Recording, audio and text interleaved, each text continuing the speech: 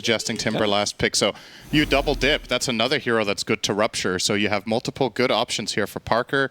Obviously, when you reach level 25, as you see here, pointed out by the observers, you get 2 of them. I'm not sure if that's a thing you game plan for necessarily. Oh, let's just get level 25 on our carry. But, I mean, historically in this tournament, Heroic, they get Parker there a lot of the time. So perhaps that is a viable thing to start considering when you're drafting to actually plan for that ultra late game. It does come at the expense of putting King Jungles on the 5 Gyro. This hero can be quite volatile. The lane itself of Gyro Bloodseeker is a little bit of a weird one, because generally what Gyro wants as a support is to play with a carry that has a stun or a slow, so that you can stay on people with Rocket Barrage. So we'll see how that one goes. And yep, I was wondering if this exact thing was going to happen. Caps is like, yeah, Pango roll faster, bleed faster. Well, what if you just don't take that facet then? He took the double jump. So he's expecting that he can't get the maximum value out of Rolling Thunder, so he's just going to focus on the other abilities his hero has instead. Just don't skill it, man. Go stats. Why not? Yeah. Interesting. By the way, there has been a lot of all chat so far in this game. I feel like these teams, you know, very much, they're also not taking the route of like muting each other. They're having back and forths in the game, which I think is pretty interesting. Crit, you saw there at the beginning, was, you know, saying something to the tune of, yeah, you can ban Pango or you can ban Hoodwink if you want. And it was an interesting dynamic. It seems that the 2 teams that all chat the most are in the finals, so do with that information what you will.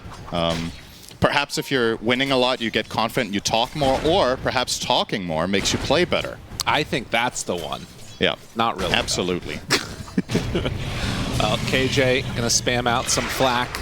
Not always seen, and it's worth noting he did take that afterburner, so we'll just be able to get in on top of these heroes with the Rocket Barrage, and we'll see how these lanes work out. As you can see already, Timbersaw gonna have a nice time out of that mid lane and trying to put the pressure onto Analog, who already is down a little bit in the CS. Not a huge margin, but just a bit. Yeah, I mean, this is a completely free lane for Timbersaw. There's just nothing Earth Spirit can do. The rotation threats aren't that scary either, because you bring in a Tusk here, you bring in a Gyro. I think they genuinely cannot touch Malrine, and that's probably why they just picked this hero, because they feel like, all right, Malrine's going to have a completely free lane. Let's see what he can do in the game with it. Parker actually taking some serious harassment up top. Schofield down bottom, going to get hit by this stun. The blood grenade is out. Still has 7 stick charges, trying to get to the far side. Shard's back up soon, but Snake King going to draw first blood. That's actually pretty nice to get on the CM. As a support player, sometimes I say that, but I'm sure Skinner would have rather had it. I was just going to say, that sounds very biased, as in you play CM and you like getting some gold, not as in you truly believe what you just said. Oh yeah, very good. The misery build.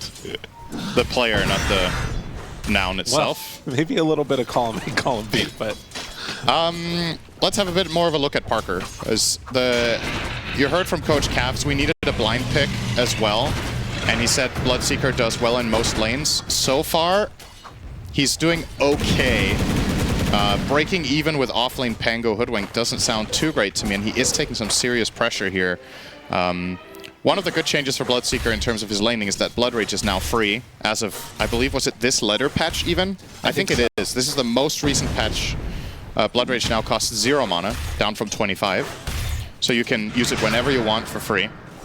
But you obviously need the thirst points to really stabilize the lane. Right. And notably, Crit actually is not starting... Hoodwink now brings out the magic stick.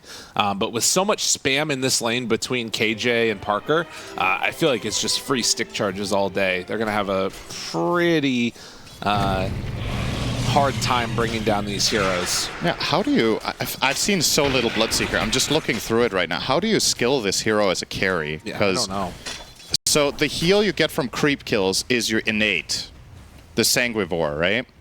So it's not tied to Thirst anymore. Thirst just gives move speed and visibility threshold. So I'm just trying to think as a character, you go 4-1-4 still, or is there a different way to do it? We'll see what Parker does. I'm guessing it's just 4-1-4 either way. Because you want that max level Blood Rage. Now that it's free to cast as well, you're just going to spam this and farm the jungle with a Maelstrom, right? Just go camp to camp. I mean, there have been times where we've seen Bloodright do a lot of damage as well, but changed over to magical instead of pure damage over the last patches too. Yeah. So a little bit less valuable, that one, compared to what it used to be. And meanwhile up top, going in on KJ, almost enough for the kill after burner, not gonna get him out of there. And Parker has to get out now too. 5 seconds, Crit has his spells again and he would just die on the spot. These lanes are going extremely well for Falcons, and they do have the Alchemist too. Oh, he might be in trouble though. Nice, you're very welcome, Falcons. I did mention you were doing great and Alk was having a good game, so he will of course die 3 seconds later. Very good. So we check down there. All right, take your pick. Who do you want to have a good game here? How about CM? Bad game, sorry. Yeah, CM, Snaking. You want CM to have a bad game? Yeah, let's do it. All right, Snaking's been playing really well so far. He got the first blood, which is very good. Yeah. That's probably going to keep him safe for the rest of the game. Okay, I like it. Yep. I give him. I feel like I'm doing some sort of death note here. I need to give him a timer as well. Say let's give him 1 minute 20, and he will die of he'll die of ice shards. How about But that? now you're blocking it out. You're doing the counter thing. That's the true. problem. Maybe it's not going to work then. You know who might be getting in some work here is Power Malrine gets an arcane rune and now starting to make the move up top, but KJ, they see him. And Malrine, well, he does a double back. Maybe they will make a move up here. All right, he's unsure too. Does not want to go to the lane. He just wants to walk in the river. It's going to be interesting to see how Amar itemizes this game as well. Since he's off to a good start on the Pango, if he was having a bad lane and countered by Rupture, I think sometimes you just go like whatever you can do for your team. Some sort of team item like Greaves, Pipe, or Parker? Oh my God, he's almost killing him alone. But it does look like the idea for Amar for now is treads into Pipe. So no defusal. Lined up. I guess his mindset is if I'm going to get Ruptured, I'll just survive as long as I can and make my team stronger. Okay. But so again, the ultimate build is the same as if he was having a bad lane, but getting it this much earlier actually might make your hero very useful despite having that bad matchup. See you later, Analog. Arcane Rune, Timbersaw spells 3-second cooldown on the chain. Runs him down in the jungle, and I guess Malrine tipping him for 2 reasons. First of all, he killed him, but secondly, why on earth did you roll into the area with the most trees instead of straight down the lane? Yeah, perhaps you could have lived then. So a little bit of a misstep there. Come back to lane, shove it out. They will be able to hold on to this for a moment with the Tusk, but this was a last pick overall Timbersaw. Now, there is a TP back up top. I was wondering if we were going to see any type of a move eventually from the Bloodseeker through the gate, but instead it's going to be a move up top where they find Amar, now trying to get him, immediately breaking that TP. Crit goes down too, and just like that, Falcons, they're going to lose 2 heroes as Heroic try and break down this laning stage. Yeah. They bring all 3 cores top, but 2 kills, probably worth it. This does free up Skitter to have completely free time with the TP from Divine Llama, but he's going to gate Rupture. What damage can they do? Schofield just goes down. Malrine trying to stand his ground after burner. Moving in, and Malrine gets away on such low HP. He played that perfectly. They will kick back the CM. So your curse came a little late. It lived a little longer than expected, but we got him. Yeah, nice play from Malrine, as you said, to outlast the Rupture. It's a 9-second duration level 1, so it's just a matter of finding that right balance of how much do I actually get to move. Because he had to, in that situation, he needed to balance between tanking the Rocket Barrage or taking the Rupture. Yeah. And he chose to run into his wave to mitigate the Rocket Barrage damage, and then he stood still. So, made a good call. Still, Heroic with a couple of good moves are keeping the game relatively even.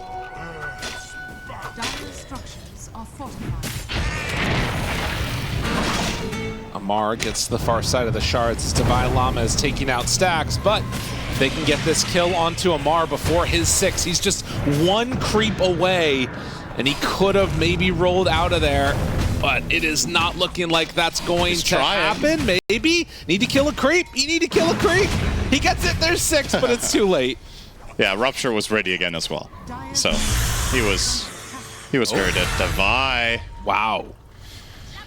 Yep, this mid Timber, we talked about it. It's really good this game. The only thing you're really worried about is that Rupture, and Parker is not going to be playing all 3 lanes at once, so somebody's going to suffer. Wise CP out decision. from King Jungles, but they see the stacks. Will Malrine do something about this? No. He'll immediately TP to mid. I mean, the bigger stack issue is going to be over here, and Heroic need to identify this. Otherwise, somebody is going to get a massive acceleration of gold. And I'm not sure if anybody on Heroic is going on up to check, but Crit has built quite the large stacks at the moment. And Malrine's coming to clear them out. Yeah, watch the net worth, 5,000 at the start of this. And we'll just keep on scooting on up the levels here. Yeah, so he gets about 500, and by extension, Crit gets like, what's that, about 150, 200, I guess? Oh my goodness.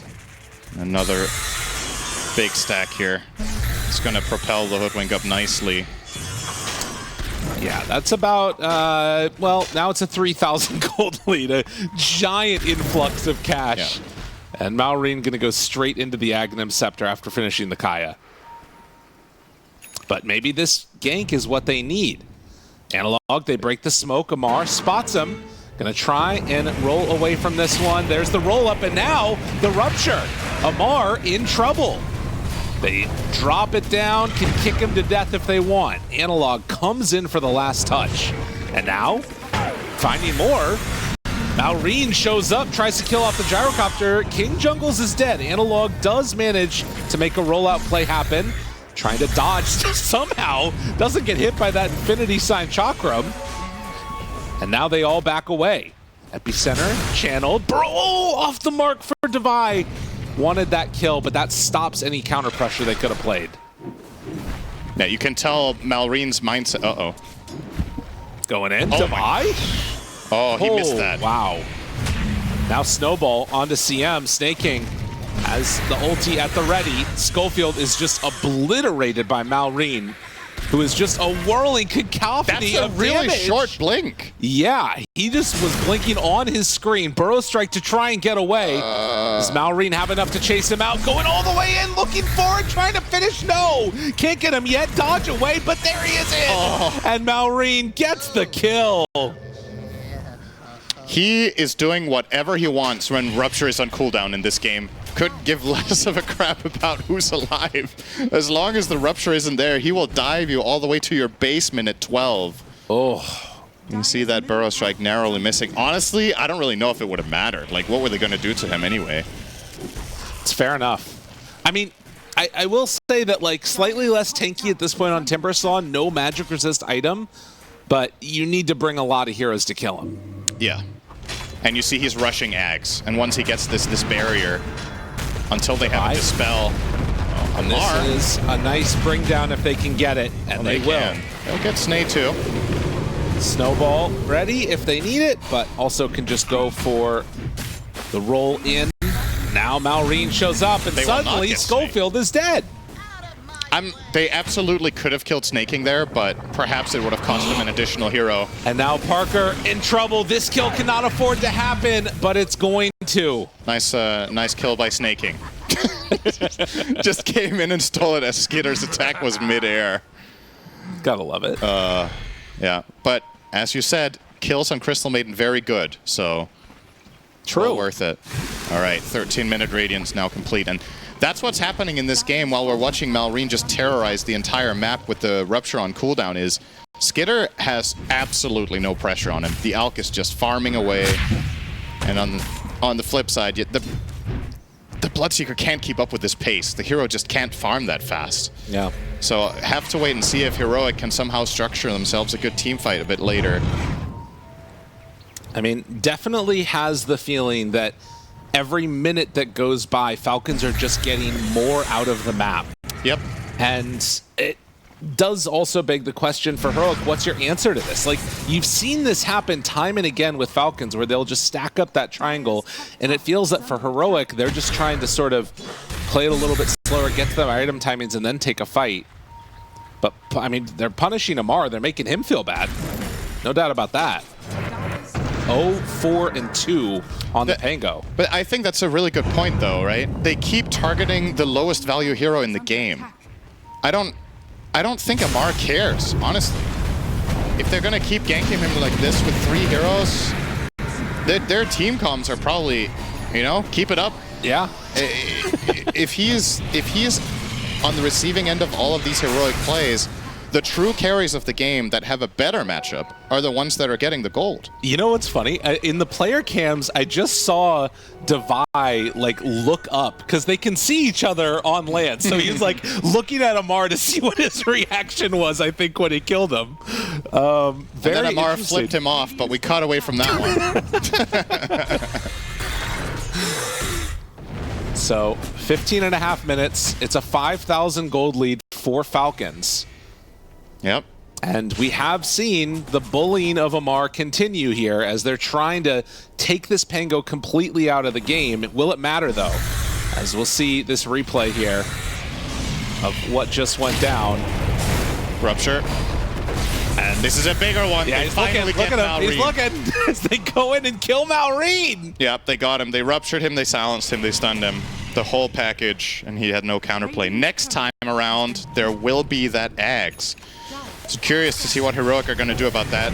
Moves in. Skidder tries to find it. Stun. Schofield dead. Now Analog also in trouble. A little bit of retribution. They get the silence onto the Pango, not onto Snake King. So Falcons fight back after losing their Timber Saw. And Snake King again with the kill steal.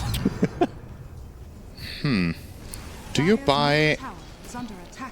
So Bloodseeker is now going Ags to get that Blood Mist up and running, which will give him a barrier. There's a lot of barriers in this game. He's going to get Blood Mist, you've got the Pipe on Pango, you've got the Ags on Timber, you've got the double jump Shield Crush. There's a ton of barriers, and I'm not seeing anybody currently planning for Dispels. Right. What you can do is you can buy a Yule against Timber. We've seen teams do that earlier on in the tournament, so as soon as he pops that reactive armor, you just immediately remove it so you get a chance to kill him in the fight. I'm a little bit concerned for Heroic about whether the damage is going to be there when he pops that Ags. Ultimately, when Malrine has BKB, it won't matter, because then you can't Yule him anymore, and he's just going to go in and activate both at the same time and be a monster, but for the time being, that could be a potential solution. Making another move now onto Analog. Will not be able to connect in there for a kill. I mean, again, like, these net worths, a lot of that gold lead right now is by virtue of like 1,000 or so gold on the supports and then the Alchemist. Yeah. So it's, you know, within the realm of like, okay, I guess Devi also is a little bit lower there on the cores, but I guess it's mainly Analog that's a little bit behind his mid counterpart. Well, it's definitely not an insurmountable lead. Sure. Especially when you go late enough in the game, Bloodseeker is actually very good against Alchemist, because this hero starts hitting like an absolute truck against single targets. You're going to get the shard at some point. It used to be better. It used to be percentage-based damage, but it's still going to be 35 pure, and Al can't, you know, prevent that extra damage from coming his way. Whether Parker's going to buy it or get it from the Tormentor, it will happen eventually. And Bloodseeker reaches a late game point where he runs and attacks extremely fast and just will overpower the Alk. So the question is for Falcons if they feel comfortable with... Many of their games have gone to 50 minutes, right? Yeah. I can't say with confidence that this isn't a game that Bloodseeker can truly hard carry. I kind of can't believe I'm saying that out loud. That I have not said that in feels like 4 years, but the game develops. Things change. Heroes get better. Heroes get worse. The facet that he has, the Blood Rush, allows him to activate his Thirst for 50 mana and then move faster at whenever he wants. It is kind of cool just getting like that active movement speed bonus. We haven't seen him activate it or use it all that much, but it does have a feeling like... the other option Bloodseeker even has is... It was... Oh, I don't remember. It's the punching them and they move. Oh yeah, when you hit ruptured units, they get pushed 50 range. Yeah. That's so random. It's pretty weird. Yeah, you can take the Ballista out of the game, but we'll put it on Bloodseeker as a facet. It's been a while. By the way, Bloodseeker is queuing up the BKB and has that in his quick buy before the Ags now. So we might see him go for that just to try and sort of survive through this period of the game when Falcons do start to hit rather hard. BKB almost done for Alk on top of the Blink Dagger. They have that Ags on Timber now, and Pango Pipe done going for a Blink. Skitter, he finds Parker. This would be a big one. Mjolnir out. Oh, the Drinking Buddies dodge! And then he TP's out. Oh, what a play! So clutch! Yo, Schofield God! And Parker heads up play to recognize his safety there. That was really cool. That is such a sick save, my God.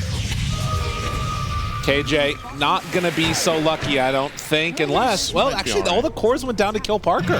Malreen's on the way, but he doesn't have Blink, so he's not gonna get there in time. Well, I take it back. Another great combination. Ooh, KJ goes down. Crit will just kill him alone. He had Arcane Rune. I didn't realize. He was just running him down with the Hoodwink. Spell cooldown's very low, so... Yep. All right. Something you... Once again, this hero hasn't been picked very much, the Bloodseeker, but what you're often looking for in your lineup when you're playing BS is you want to play with teammates that do a lot of just random AoE damage so that your Thirst can get up and running. In this case, he's playing with both the Earth Spirit and the Sand King. Right. So the classic #1 combination for Bloodseeker is always going to be Zeus. You just, you ult the enemy team, you cast a couple of spells, they're all down to like 60% or whatever, and Bloodseeker becomes a Ferrari. In this case, the damage buildup is going to be a little bit slower, but ultimately, if you do get there, you can imagine, you can start picturing the type of fight that Parker could find later on, where they get in there, they do some good damage on some of the Falcons heroes, and he just becomes overwhelming with Blood Mist and with the Mjolnir on himself. He just full-on charges into them and just goes to town. In that sense, there is something to be said about the fact that Falcons have a couple of heroes that regenerate health naturally. Yeah. Timbersaw as well as Alk will be harder to keep down on low health for the Earth Spirit and the Sand King, and you combine that with the Pipe of the Pango, will make it a little trickier for Heroic to find that exact type of fight that they want, but ultimately it is the way their lineup works, so they're going to be looking for it without a doubt. Yeah. Well, this is the BKB completed, and now it seems both teams looking for a bit of a battle. This is a big moment for Heroic.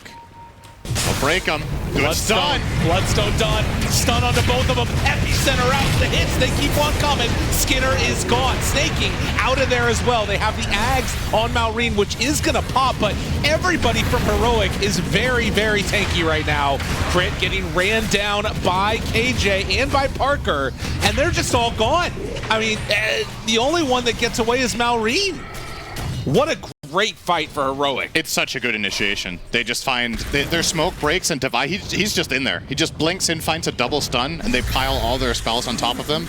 That's the exact thing Bloodseeker wanted. They got fast burst damage out. I mean, as much as they have. Right. They got a lot of damage out pretty quickly in the first 5 seconds. And Parker just got to go in completely freely. Malreen going in for Parker, but the TP's now coming in. Does he have a way to get out of here? It looks like it, knowing his limits. He has a shield rune and reactive armor. Yeah, he's very big. I don't know if they're cutting through this, but that was already an awesome fight for the side of Heroic. And it's so important, too, because this is the phase of the game where you're going to see the replay there. Very nice stun. They get the snowball in on Skitter. And he's punched during his BKB, and Parker is he's just spam clicking him, you know? Yeah. Alchemist did not get to play at all, not tanky enough yet to survive through this. And the trees were down up there, so Malreen couldn't even get away for a moment. As soon as, I mean, this is the other thing. Like, if Bloodseeker's on you as Hoodwink, you know, or as CM in this game, what do you do? Like, you really don't have an option, it feels like. The classic item against Bloodseeker is just Ghost Scepter. Right. At some point, Parker is probably going to buy a Nullifier to deal with that if there's going to be multiple of them coming out, but you want to force him to do that. Right. Bloodseeker doesn't really kill heroes very well with anything else than Rupture, and he's absolutely not going to use it on the supports, because he needs to reserve it for the Pango or for the Timber. So you can trust that your Ghost Scepter will keep you safe and you can just stay mobile in the fight. With the same logic, you can also buy a Force Staff, because he's not rupturing you, so you can buy some distance, and you need to outlast the BKB. At that point, Bloodseeker is controllable. You can solve him that way. As, let's see, what's Parker cooking here? Schofield will die. I think that he's going back for the Ags now. He was just queuing up Radiance, and now he bought the Blade of Alacrity. Yeah. Blade of Alacrity and Shard, so it is Ags. Okay. I was questioning the Radiance. So I'm happy he swapped away from it. It was the next thing I was going to bring up was I don't know if that's equally good. I think the Blood Mist should just be better, especially when he has his shard up and running as well. And this shard, you farm too. Yeah. It's 35 damage, right? On everything you hit. Well, as long as you're Blood Raged, and you're going to use that non-stop, it's a 8-second cooldown, 8-second duration, so you can just spam farm with this. You know, I'm wondering, like, because one thing that I'm thinking about that would really destroy this game for Heroic is a Diffusal Blade on Pango and then like losing all your mana on these heroes. There's a couple of heroes that really hate that. And I wonder if so much of the pressure that they put on Ammar early was to force him into this more utility type of build where he doesn't manage to get into a couple of those key items early. Because he's not going for it and is having to go for more of this like support the team style. You could make the case that Diffusal was actually an option this game because his lane went as well as it did, but it's... if even Ammar doesn't do it, nobody would have done it here, right? That's fair.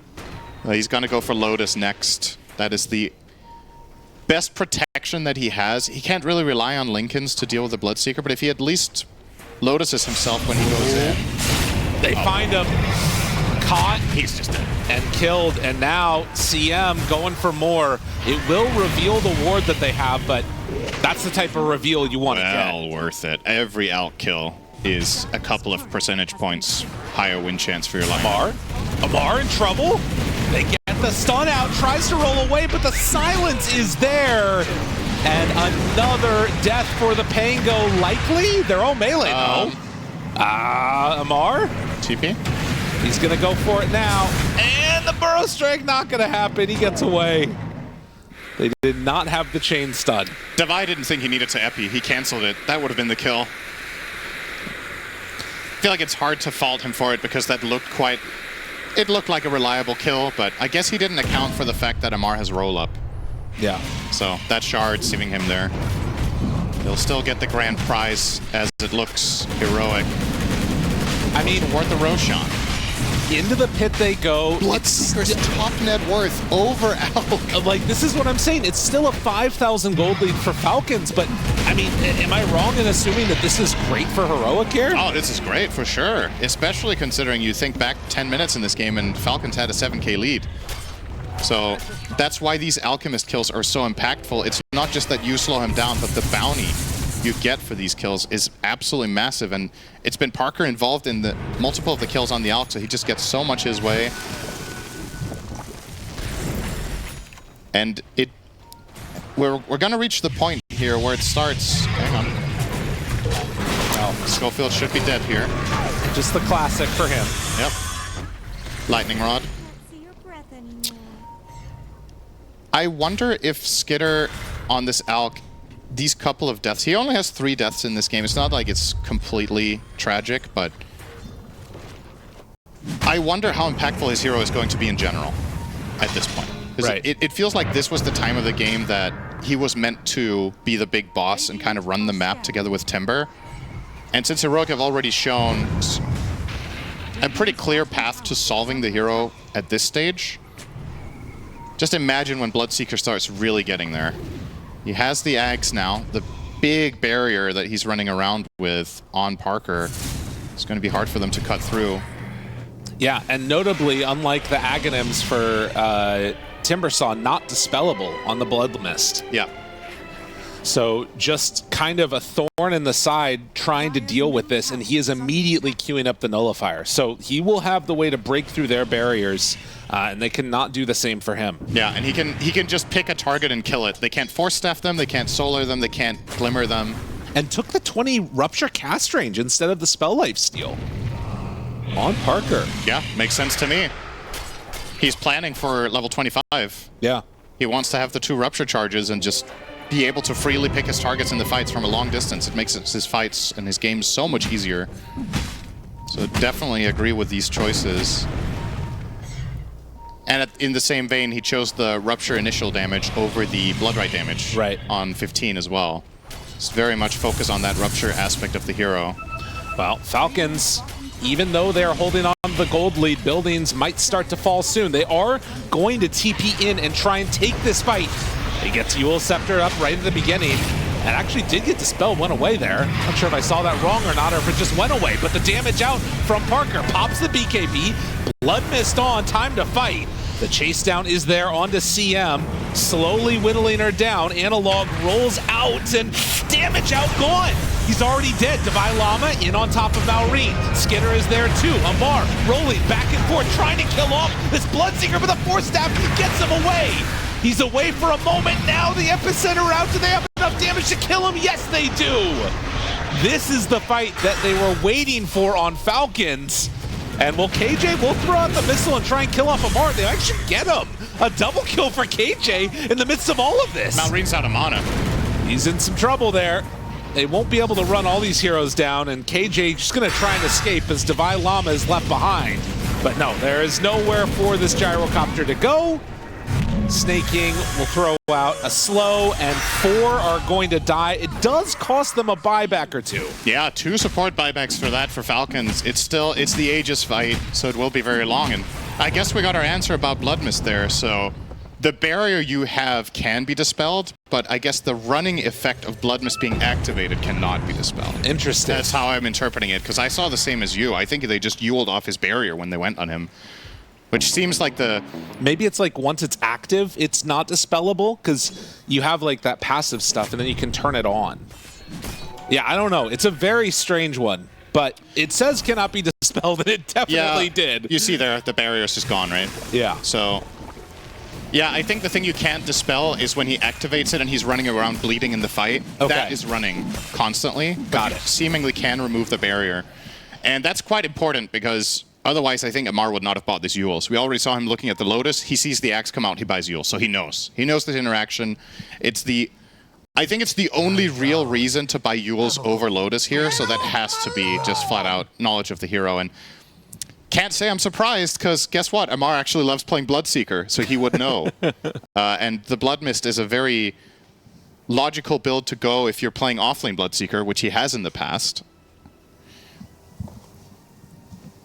Very close game, though, so far. Still feels like if Heroic find another fight where they kill the supports early, the next time it's not going to be a 5-on-7. It'll be a 5-on-5. Well, and worth noting, too, that you get more and more answers as this game goes later. Are you still feeling, based upon what we've seen so far, that the Bloodseeker can carry this in the late game? Yes. Okay. Absolutely. He's not there yet. I think part of the reason this hero is so unpopular is it needs a lot of stuff. Many of the other carries that you're seeing be successful, let's say Gyro, Alk, whatever, they can have major impact around the minute 25 to 30 and do so much with 3 or 4 items. Bloodseeker himself can't really do that. He's reliant on the team setting him up and then being the cleanup crew. So he's a lot less independent than most of the popular carries. But when you do get there in the late game with this Bloodseeker, it can be one of the strongest carries in Dota when you have the right cast for it. I guess the other thing to think about with that last fight and how it went down was that it was Bloodseeker getting gone on at the beginning, and then the rest of Heroic had to catch up and get there in order to join in the fight. So they did not get the initial damage off that makes Parker strong. Yeah. And in this situation, it can be one of the strongest carries in Dota when you have the right cast for it. I guess the other thing to think about with that last fight and how it went down was that it was Bloodseeker getting gone on at the beginning, and then the rest of Heroic had to catch up and get there in order to join in the fight. So they did not get the initial damage off that makes Parker strong. Yeah. And in this situation as well, this is what is going to be essential in this game, is outlast the BKB of the Bloodseeker. Right. Knowing Parker and how he's played in this tournament, he'll get 6 slotted and he'll get a refresher, so you'll have to outlast 12 eventually. But yeah, that's going to be the name of the game, is can you kite the Bloodseeker? Can you survive the first salvo of spells so that you can turn it around and kind of just control them with all your stuns? Dude, the alt chat in this is very strange. Apparently they have slippery fingers now, so that's fine. Gonna go on in and take down the Tormentor now. There'll be a free giveaway there to Devi. We already saw the Bloodseeker buy his own shard. Yep. So a little bit of an injection of gold as Falcons had already taken theirs. And now Scan connects. KJ gonna lay down a ward. Malrine zipping in. Spots the gyro. Bottles of haste here as well. Yeah, just gonna get hit by a missile.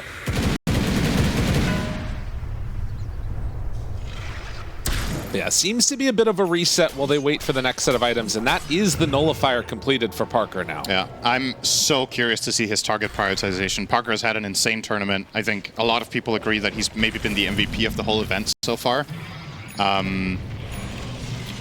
This nullifier isn't particularly good at killing the Alk or the Timber.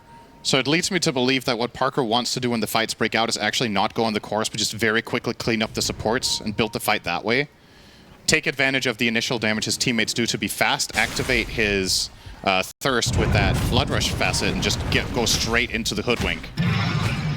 She's going to have a hard time protecting herself with just the Glimmer Cape because it doesn't work. They also give the gem to Parker. So he's okay, like... We'll definitely find the Hoodwink then. Yeah, they're going all in, I think, on killing both the CM and the Hoodwink. Like, there's nothing that they can do to protect themselves. If it goes on him. Malrine in on him at the beginning. Still waiting. Okay. Not the perfect fight for him so far, holding on to the BKB. Yule Scepter lift up Skinner. He's caught in no man's land. Amar rolls forward. Yule Scepter lift up onto the Bloodseeker. Still fine, pops the BKB. Now Malrine is taking down KJ, but look at the supports going down dead. Defy Llama waited for the moment, finds it. Now Schofield is going to fall, so no supports left in this engagement. Burrow Strike connection onto 2. Do they have enough to go back in for Parker? It doesn't look like it. He's got to be careful here. Now starting to hit onto Malrine, but the BKB turnaround takedown. They get that kill. Analog is able to secure the gem, but one bash comes in and finds Defy Llama. He might still get out, though. Held that BKB for so long, but in the end is going to be chased down here and killed. So the fight, it started okay, but these big tanky cores hard to deal with. Ironically, this fight went the directly opposite way of what I thought it would from Parker. Yeah. So he runs in front, ruptures the Alk, who's caught in the shards. Then he runs toward him, gets Yuled by the Pango to remove the Blood Mist barrier. And then Parker pops BKB and he's just standing there hitting the Alk. He can't kill him. He doesn't have significant single target damage just yet against this tanky core, so he wastes his entire BKB.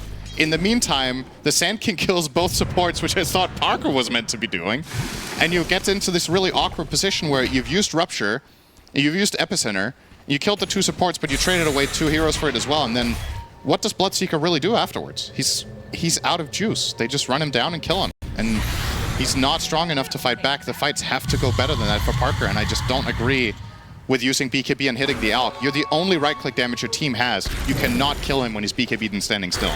Right. And I think that maybe even just waiting on that Rupture. Yeah, exactly. He's losing the fight. He had to run away from Skidder. I think that using the Rupture on the Alk too, I mean, again, there's arguments about where you want to place it. Obviously, when he gets 25, that's when things start to feel a lot better, and he can rupture 2 targets, but I feel like waiting on Pango is just priority number 1. But regardless, it does not work as well, and Parker not happy with how that went either. Oh, man. He's going to be scratching his head. I thought I would hit for 700 per attack, but it's only 200. Yeah, not great. Guess I need more last hits. It's going to go far.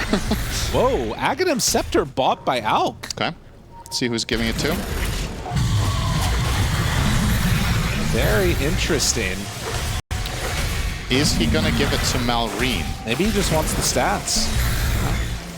I think he's going to give it to Malrine, and Malrine will become a boss, right? Yep. Okay. Malrine gets the refund, so that's a Hex. So Skidder just bought Malrine a Hex, essentially. Now, and Malrine's level 25, so can't blame him. He's the real carry of the game. Malrine is enormous now. He just got this flat-out 4.2k gold injection onto the Timber. And I guess what Falcons are seeing unfold here is that Heroic just can't deal with the Timber at all. Yeah. Malrine has completely free reign in the fight, so they're going to make him the true carry of the game. I like this. I think it's a good choice. He has shown that, I mean, he's 14-1 for a reason. The total damage there, look how much pure damage this Timber has done in the game. I mean, and this is always a bit of a meme, but I do think eventually it might be where you need to go for heroic, thinking about some of these like rupture kicks type situations. Oh, I definitely agree. I don't think that's a meme. I think the Tusk needs to get eggs, but hasn't really been a plan for Schofield so far. He's gone Yule, Solar, and now he's going Blink.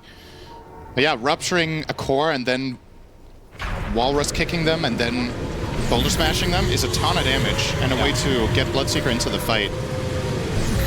For now, you're going to have to contend with a Falcon side, now with an Aegis as well.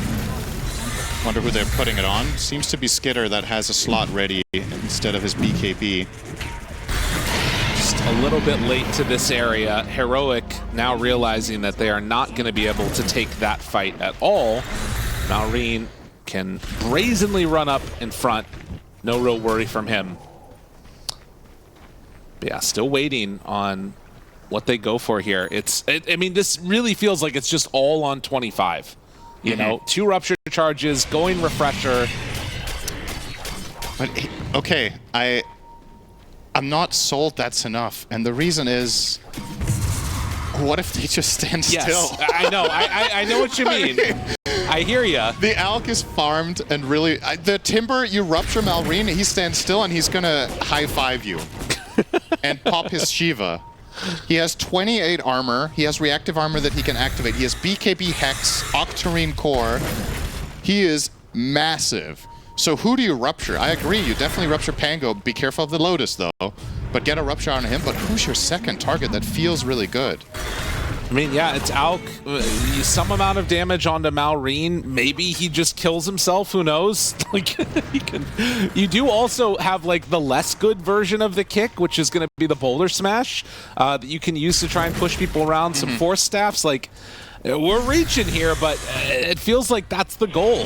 I would really like to see Schofield buy Axe over Blink. I feel like it's the winning strategy here because that's how you make the second rupture good. Schofield won't get either item right now. Instantly dead as they run in to take this fight. Is this really the fight you want to take? This is into Aegis and you have to buy back a hero and you're losing your tower, so now, yeah. Okay, they roll in, they don't find him. Analog hits nobody, no stun, no silence, no nothing. The buyback, Schofield is gone. Now you have ruptures. Divine Llama goes out with the epicenter. Actually got interrupted though, it looks like. And now Parker trying to do what damage he can. He actually brings them somewhat low. The second round of rupture, Malrine running. Malrine killed themselves! It was the plan all along! Oh my god, they got him! Cinderin, don't you have egg on your face now?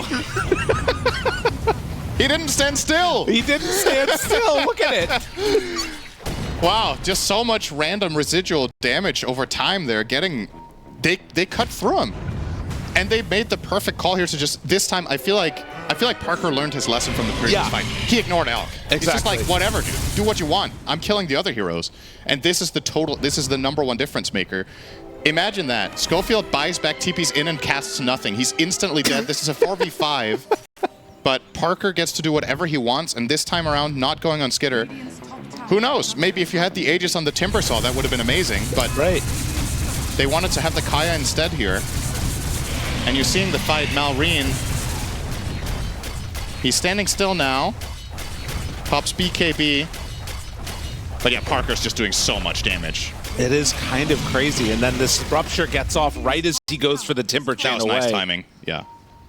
Very well played. And so much gold. He got 2,500 gold for that. Yep.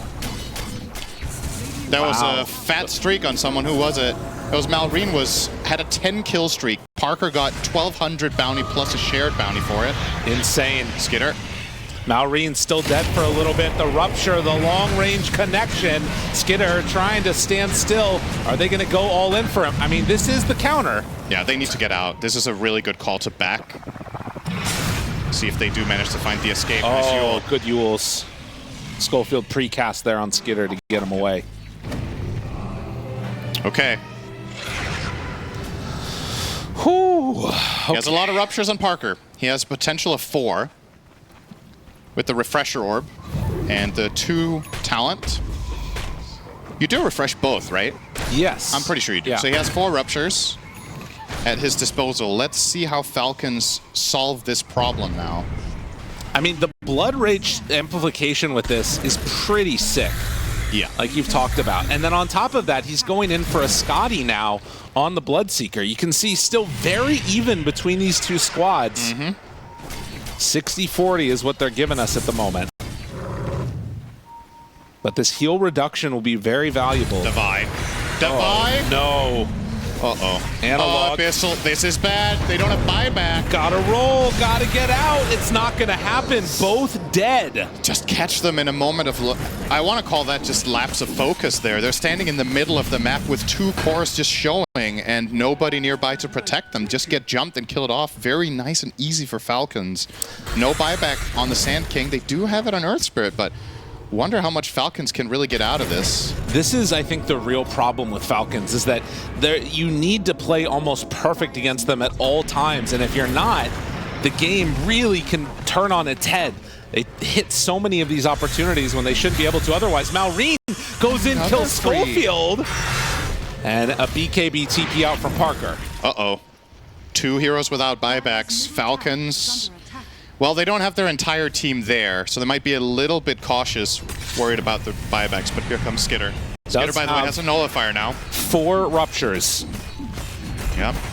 But what if he just stands still and hits your base? I mean, at this point, you're not worried at all. If the heroes aren't buying back, it's not like Parker's going to kill Skitter. Yeah. So, we'll go to work. That's an interesting banner. I don't know if that was really necessary, but it looks cool, and it's a statement banner. Let's call it that. Flamethrower takes down the buildings, and just like that, it's a full set of racks. What a couple of mistakes can do. You know, we're talking about these late game builds. Snaking, 225 attack speed. Never say never. Gonna go for that Abyssal Blade. No, he's not. This game BKB. Don't get ahead of yourself. Okay. So they get a lane of racks. That's a big mistake from Heroic. Their first true blunder of the game, it feels like, but that's a costly one. Loses them 2 cores in the lane of barracks for nothing. Just as the game was starting to look really promising for them, they lose 10,000 gold. And in to farm a little bit more. So Schofield does have 3,300 gold in his inventory right now, and could be looking towards that Aghanim Scepter. Oh, he's getting BKB? He has it queued up right now. I feel like he's willing himself, like changing the item slowly over. Maybe eventually he gets the Ags. We'll see. I don't know. Maybe based on these previous fights, he's like, I can't play my hero. Like, every time I go in, I just get hexed and killed by Timber. But there is a solution to that in being a bit more patient, perhaps. Having somebody else go in first. Your Sand King can lead the charge. Devi is super tanky, and he has Bloodstone, Refresher, BKB Yules. So maybe you can structure the fight slightly differently so that Tusk can wait. Well, he has committed now. It is that BKB, so Ags for Schofield very, very far away. He's going Lotus Orb next. Maybe if they win this Roche fight, though. Yeah, he wants to get it from Roche. Yeah. Maybe he wants Alchemist to buy him one. Maybe. A bit of a battle about to ensue. Malrine, they ping in this area. They saw that ward get picked up. Malrine also has Refresher. He Analog. is filthy. Smoke immediately broken. Hex, can they get him out alive? They pull him in, drinking buddies. BKB gets off. And now controlled for the moment. He's already taking a ton of damage. Parker running in, killing off Skitter. Killing off Skitter. He does go down. Malrine, second salvo now of ruptures, but they've already lost the gyrocopter. Blinks off to the side. Parker taking down and killing Amar. They buy back on Skitter, gets back into this fight, and the rest of Heroic are going to TP away. Oh, they got him. Parker gets caught. In trouble, going to die. He doesn't have buy. Oh, that's crazy. Uh-oh. If Falcons know the buyback status, the game is over. Amar would buy back in a heartbeat right now and they would push down mid and finish, but they don't know for a fact. They aren't sure how much gold Parker really has in the bank after the fight they just took, so they might just settle for... well, they're definitely still going to push and try to find out. And Parker also has bought 4 mangoes apparently somehow in his inventory. He's missing buyback by 350 gold with a bounty rune. He actually might have been there. Tier 3 tower goes down, and Falcons maybe sensing the moment. Do they go all the way in for this now? They're thinking about it. Still 50 seconds without the Bloodseeker. There's still a tier 2 tower bottom. So they're either going tier 4s or they're going Roche. Which call are they going to go for? Falcons, ever the ones to be it safe. They're going to back away. Yeah. There is no Roche yet, though, so this becomes contestable for the side of Heroic. Interesting. But man, in that fight, did you notice how fast Skitter actually died? It was very quick. So these ruptures are doing quite a lot of just initial damage when he casts them. He used it as a dagger against the Alp. I think he ruptured him twice back to back and just ran in and killed him. So we're gonna see the replay here. Let's see how this breaks out. How the hell did Skitter die so fast? He's going in here, punched up. Look at the rupture. Yeah, he's down to a 3rd HP with 2 ruptures. Did he use both of them? Yeah, he did, right? He used them back and then to back. Refresher and use the next ones onto Mar here. Yeah. I mean, it's showing how strong this build can be if you get everything working in concert. But of course, the big pick-off here being really rough. I wonder if he maybe could have just ran away. He took a little while to TP there, but regardless, does not end up mattering. Analog also has a Dagon now. Running away from Malrine is very difficult. Fair. He is very mobile with Dagger and Timber Chain. Also level 28, so we're approaching that 30 point for him as well, where the Timber Chain will have longer range and fly out faster. And then he'll be able to chase even easier.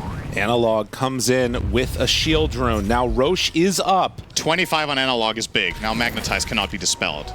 Falcons have had a lot of dispels in this game.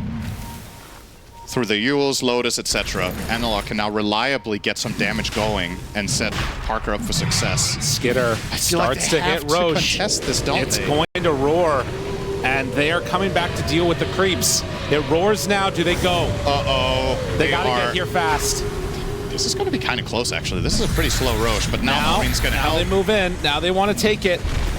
Still an opportunity for Heroic to take a fight after the fact if they want.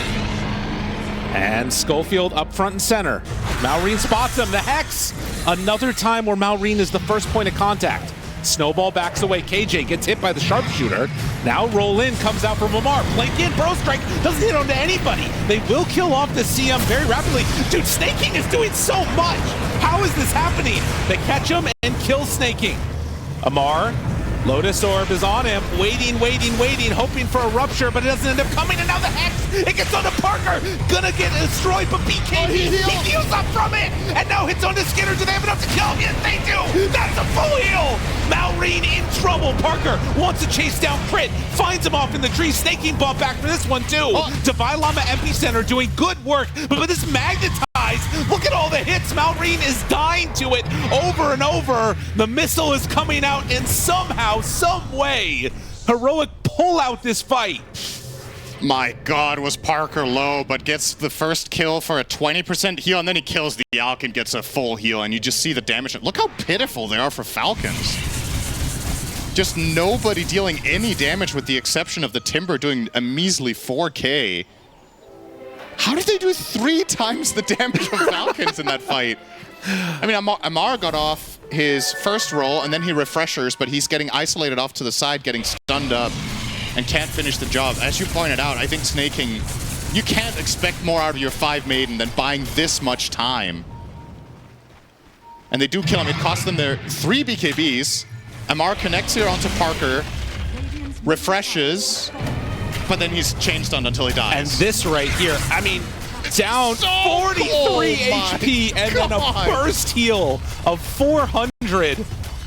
And this series that has been so back and forth, we're now with Heroic up on the high ground starting to take racks.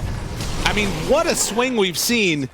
As back in the world here, Schofield sticks around a bit longer. The respawns are about to finish. It's honestly, it's so insane sometimes in Dota how it's like he's on literal 1% health, right? Yeah. And if he dies there, they lose the fight horribly, and instead they crush them. That's just Bloodseeker in a nutshell late game. It's like Huskar on steroids, you know? Yeah. You get him low, you just need that last little bit. But with Bloodseeker, it's even worse, because if you don't kill him off, he heals to full, whereas the Huskar might still like coast on 10%. My goodness. All right, now he has an Abyssal on the Bloodseeker, so able to way easier stick on his target, and a good way for him to potentially contest Malrine. You know what's crazy though is they now that they have the damage on Bloodseeker, they've got the damage out from Earth Spirit with the Undispellable Magnetize. It does feel like they kind of don't need the kick from Tusk anymore. Yeah. Like, it's still very good. It would be solid for them, but they don't have to have it. They can win fights without it. He's queuing up Crimson Guard. This is the ultimate, I don't care about Ags. Yeah. I don't care about you rupturing 4 times. I will not kick anyone. Yeah. Well, he wants it for free, maybe. The good old copium strategy. Don't worry, we will get next Roche. Surely. Let's see. This game is still on a knife's edge. It's really good news for Heroic that they managed to win that fight. Without it, we might just be looking at a GG, but now...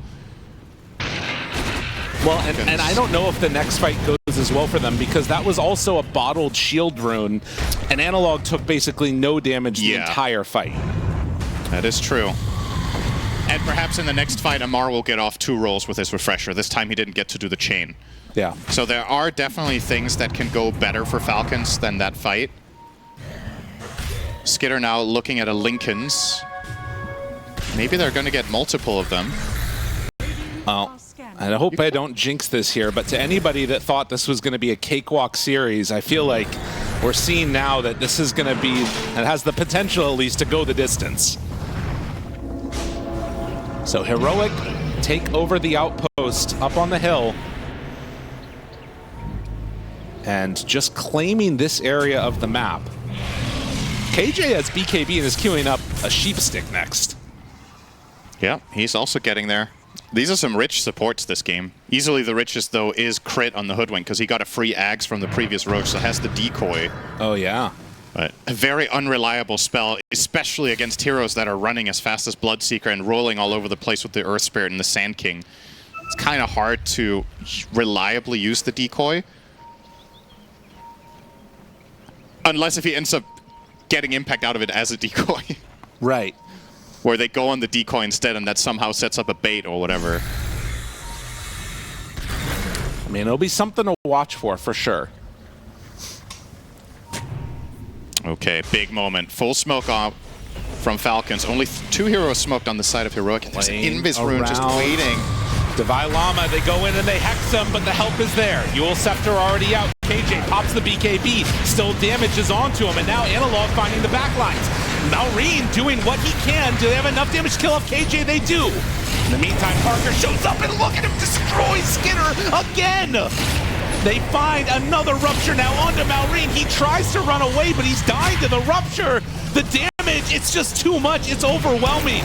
Malrine is going to die. Parker claims another life. We're in Wallachia, and there's a vampire on the map ripping them apart. They just ruptured Dagon 5. They just kill the elk. Skinner, what item can you possibly buy to solve this problem? And the Sand King also, you see the fight recap, they're doing a ton of damage, but Parker, my god, he's doing 10k plus damage every fight. Bloodseeker, 4,700 damage to Timbersaw. Like, what is this? They have buybacks on all these heroes. Again, it's a lot of fun seeing things go crazy, but it could all end in a moment if this buyback happens. In a bad way, Amar goes for the roll. Oh, no! Shards block up, but he's hexed still on Parker. Eul Scepter lifting him up there, needing to get away. He doesn't have BKB. He's dead. That's 3 buybacks, though, and they do get everybody else out, and Parker has his, so... You might try for an aggressive play now on Falcons, but the risk-reward here is pretty bad. If you mess up, you lose. And the other thing is that you don't think, like, Parker makes that play if he doesn't have buyback. Yeah, you know what I mean? They know he has it. I'm sure. I'm sure they know. Now another big item alert. Refresher completed for Analog, so now 2 Magnetizes, 2 Dagon 5s, lest we forget. Also quite nasty in these fights. Whew. 56 minutes. Are we going to get to the fabled tier 5 neutrals? Can it happen? I mean, let's be real. I think if you're Heroic, you probably don't want to get to tier 5 neutrals. Mirror Shield is like a nightmare. Oh, that is a very good point. And also Book of Shadows. Yeah. Just reliable ways of saving people getting ruptured is going to be the name of the game. And Timbersaw loves to be Book of Shadowed because he doesn't need to hit anything. It'll be an interesting one, what happens over the next couple of minutes here, and if Heroic are even thinking about that as a potential worry. Because I don't think they're in a position to end the game right now, barring some like really great fight, and they're waiting for Roche. Honestly, it's such an interesting thing to look at, because the primary problem that Falcons have, I feel like neutral tier 5s helps them so much. Whereas the primary problem Heroic have is if they don't kill the enemy heroes during their BKBs and they expire, they're going to lose. Right. But the fights that they're taking, they're finding the kills quickly enough and getting ahead in the fight so they can snowball it. But imagine 2 Mirror Shields and a Book of Shadows. All of a sudden, Rupture gets difficult to cast. You're delaying deaths. Effectively, you just need heroes to survive while BKBs run out. And the tier 5 items are really good for that if you find the right ones. So definitely something to keep an eye out for. Is there anything else that could be valuable in that regard for Falcons? I think those are the ones, right? Yeah. It has to be. A 2.5-minute Roche respawn, which means it will be just about 60 minutes when it comes up. That being on daytime side also lends itself to some strange interactions, I think, because for Falcons, they're going to be trying to hold this position. Maybe Heroic can still farm when they come out. It's going to be tough to see. Definitely feels like advantage Heroic right now, though, because of the buyback status. Oh, yeah. They get it on Amar. This is a big kill. Amar in trouble and going to be brought down. He was one of the heroes that still had buyback, though. And they are trying to force Heroic to come back to base with a little bit of a push bot, but they can't truly commit. So just going to have to settle for the Tormentor steal. And, well, fortunately for Falcons, Roche will respawn simultaneously with Amar, so perhaps they can protect that. And I guess also, in reality, how big is the Roche? Yeah. At this point. Oh, they're trying to force them back again, Malrine.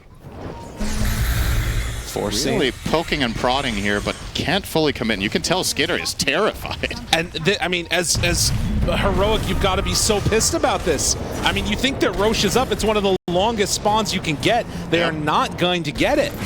And there come the TPs. Yeah. So they give up their position on the map, but they're still keeping King Jungles up there. Unable to scout it, though. I mean, the ironic thing is that now if Falcons go up there, Roche is going to end up down bottom because it's such a long spawn. That's actually true. I guess if Heroic were 5 heroes in the pit when he spawns, I'm not even sure they'd kill him in time. So yeah, this will be a bottom Roche, which is good news for Falcons because they have the outpost advantage. And especially this late in the game, having buyback TP to a Roche fight is enormous. And they have it on a couple. They're going over there right now. I mean, it will be a couple of seconds before it goes. Only Pango with buyback on the radio. I mean, can they actually do this in time, though? Like, they're waiting right up here. They're going to try and kill it before it gets through the gate. They have 14 seconds? They have ice shards. They can actually block him from running out. They've got to wait for this one, because the problem is if they go too soon... this is so awkward. They're going to see it now. Really, really weird. And now Roche spawns. They're immediately going to try and take it down. 10 seconds. They have ice shards They pop for pressure, actually. That was not what he meant to do. 5. A little bit of extra time. Schofield. Can they get it? They gotta kill it. Roche stunned. The shards is there. And the damage is out. It's enough. Oh my god, Falcons. They were just waiting. Standing down there looking like fools. All of them just waiting for the Roche. Nobody picks up the Aegis. Nobody has space. They're taking a long time. Imagine if Falcons came through the gate right now. There's no way they They're would. juggling inventories for how long? All right, Divide. Oh, Aegis. There it Nice. is. Okay. So 5-minute duration from then, and now 60-minute items. So you get the Aegis, but you don't get to end the game before the 60-minute items. It's time to count Mirror Shields. Force Boots on snaking. Not good.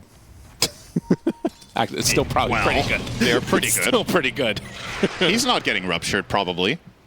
I mean, how much damage do you think Blood Mist has been doing in these fights? Because that doesn't have as much of an issue with the Mirror Shield.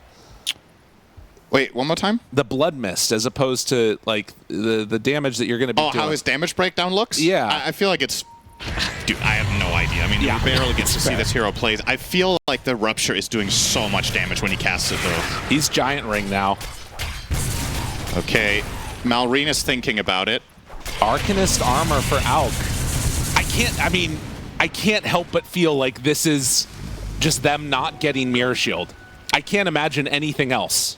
The damage reflection The damage reflection aura on Mega Shield is actually pretty strong against the Bloodseeker here, potentially. Dude, they only got one mirror shield.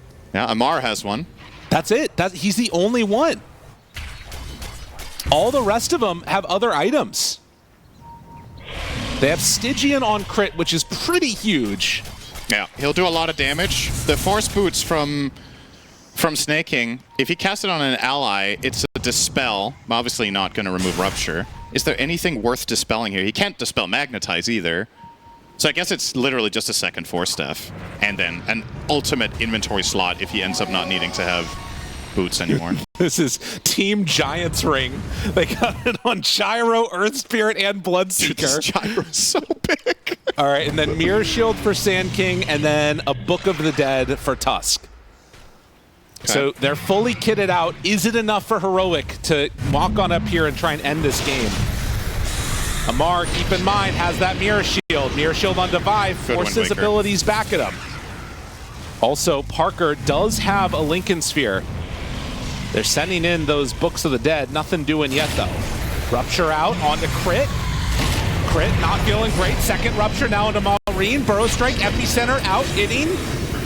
They need to be okay. They have the Nullifier there, but the buildings start to fall. Parker punching, killing, taking it down. That's 2 Ruptures down, though. Does have Refresher, still has BKB, jump in, stun. Snowball not able to save him. Parker, where's the help? They got him down to low HP. The heck? He's follow-up. The chainsaw is dead. Chain stun completely taken out of the fight. Analog, though, this Magnetize is gonna hurt. They're hitting a lot of these heroes, but it's not quite enough. They need that damage, and Parker did buy back. Now, if you kill Parker again, this game could be over. He's going in, trying to take out Rax, will fully commit for bottom. And now you gotta be careful. I mean, it's so hard to step up when you know Divine Llama's gonna move up and try and hit it. He has the Aegis for a little bit longer. Let the Sand King punch the Rax, and it looks like Heroic now not feeling fully confident with the movement, but now Maureen moves out. Then they have it, the Rupture, it's onto him. Dagon, big hits, damage out onto Maureen. He's only half HP. Can they do more? BKB broken, damage out onto the side. Snake King hit, Maureen low, Maureen dead. Buyback. 2 minutes on the sidelines. Snake King, he's starting to get punched, but Skitter is there. Parker, he cannot afford to die. A million silences and too much damage coming out onto the side of Heroic. Skitter, he gets the kill onto Divine Llama. Divine Llama will try and Burrow Strike away, does manage to get out of this base, but now the Nullifier is there, and Analog hits now onto Amar. How much more damage they have in the take? Parker thinking about going back in. The Blood Right is out. Sand King pulled into the Snowball to save him for the moment. Burrow Strike to get away on Divide, but Divide, he's going to be hexed. He's going to be killed. And this is a dieback on Schofield. No Tusk in the next fight. Okay. It did cost buybacks for Falcons. Was it only Maureen they bought back? I think so. So Maureen and Schofield both buy back when Schofield dies. And so does Parker. Yeah, the Parker one is the really big one. If they can somehow find him, they're going to end the game, as you said. But my goodness. Again, another fight with Parker over 10k damage. We've got to see the total hero damage when this is all said and done. It's got to be completely ridiculous. The numbers he's been able to output in this game. Oh, and currently 67k against the 59 of Maureen. I mean, it's this so is the much. Pure damage. Yeah. There's more pure damage than other damage sources in this game almost. It's like completely unheard of. Level 30 on Bloodseeker. He doesn't have BKB for 15 seconds. Skitter's in. They know this is at worst a 5-on-4. They'll throw it out. Analog, does he want to get frisky here? I mean, it's really hard to go for this, but the buyback's there. Immediately brought down to low HP. Skitter controlled by Divine Llama. Parker on top of him. He pops his BKB. He only has one in the fight. They used it to kill Skitter. Can they get any more? Analog running in, trying to find Snake King, get that kill. Parker needs to keep his distance. Amar has him controlled for the moment, but there's no follow-up. Maureen taking more damage now. Analog living through this, but look at the big hit that he takes there. Analog might need to buy back, and will indeed do that right now.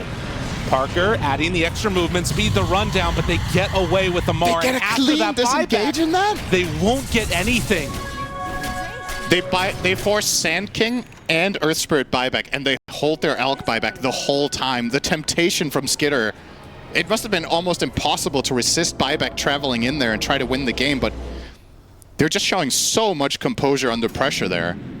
And I really feel like the big difference maker in that fight, Amar with 2 full rolls. Yeah. So much space created in that fight, despite Skitter getting isolated. And we saw the combo finally of Rupture into a full-on kickback into Dagon 5. They almost killed him instantly, but regardless of that, Falcons could actually still stand their ground and fight there because Tusk wasn't a part of the play. Buyback status. It's only the gyrocopter right now on the side of Heroic. If Heroic push here, this is an all-in. Maybe they think Skitter doesn't have buyback because he didn't use it and return to the fight, but they would be wrong. They only, I mean, the BKB is still 20 seconds on the cooldown for Parker. They're Falcons trying to... have 4 buybacks. You have 0. This is a crazy Now play by Heroic. You have the gyro. You can't take this fight. King Junkles has Rapier queued up on his 5 gyro. He can buy it too. I love it. Honestly, he's holding on to his buyback for now, though. I mean, could you imagine? They're trying to get the buyback out of Alk, but if he buys back, I feel like you just lose. This 5 gyro pushing the rank. He's hitting for 150. It's doing nothing. Maybe they're going for the divide. Intimidation play. He's so big. Oh, the catapult. Dude, Cardi's doing the heavy lifting. And the banner. No, the Dagon! Oh my god. They thought they could do it with Cardi, but to no avail. And now Snaking can move on in and take down the banner. All right, when's that patch coming? What the hell? Why can you Dagon creeps like that when they're invulnerable? I think it's fine. Dagon needs some love. All right, fair enough. Okay. What a banger of a game. Holy moly. So the other thing that now you have access to on Heroic is Refresher's back off cooldown for Parker. And that feels like it's everything in these fights. It is. This is flat out a game where team fights are decided by who gets their spells off twice. And that's why I have so much focus on Amar, because I feel like these Pango rolls are really the big difference maker we've seen in the last couple of fights that didn't used to happen in this game, was that he couldn't get off 2 ults. But I guess because of the Mirror Shield, he just has so much freedom. He just Lotuses himself, goes in there. He has Mirror Shield, Lincolns, and Lotus. Yeah, I feel like you need to just, I mean, I don't know, do you just drop all of your Ruptures onto Amar? I mean, you need to do some serious mental gymnastics to even figure out how to cast spells on the hero. Yeah. It's not obvious. When there's these, I mean, you tell me, what order do these things happen? Skitter? Okay. Gets the range tracks. Punched by Schofield, BKB. Skitter, he's back in the base. Needs to be careful. Analog is there. They do have some more kicks for them if they want. Silence out. Divine Llama still living through it. Analog going for the back line. Malrine hitting. Parker punching. Skitter dead. Can they go for any more now? Divine Llama living. The BKB is out now. Snaking, running forward, trying to do what damage he can, and it's actually enough to take down Analog. He's dead. Does not have buyback. Oh, Malrine did so much in that fight. And another fight won. Schofield has to back away. He shards himself Let's off. go, Crystal Maiden, hit him! But they pull him to the other side, and that might actually keep him alive. Hit him, Snake, and get him! No, Drinky Buddies, they actually kept him alive. No Crit damage. did. Oh my god, and now Crit's dead. Crit saved Schofield. Oh, they'll both buy back. They're in. They're going for it. Divine Llama, he's got to get away. Does have Burrow Strike back up now. Tries to get to the far side, but it's not going to happen, and no buyback for him. Gyro Rapier. But it's a 3-on-5, and he doesn't have it yet. It's coming back to base. He needs to get it there as quickly as possible. In the meantime, they're trying to kill creep waves. They're not going to be expecting the position 5 gyrocopter to have a Rapier. They just need to make sure that they don't lose it on its way back to the base. But backdoor protection, they're battling through it, and they're taking it down. They need to get here for help on the Agent.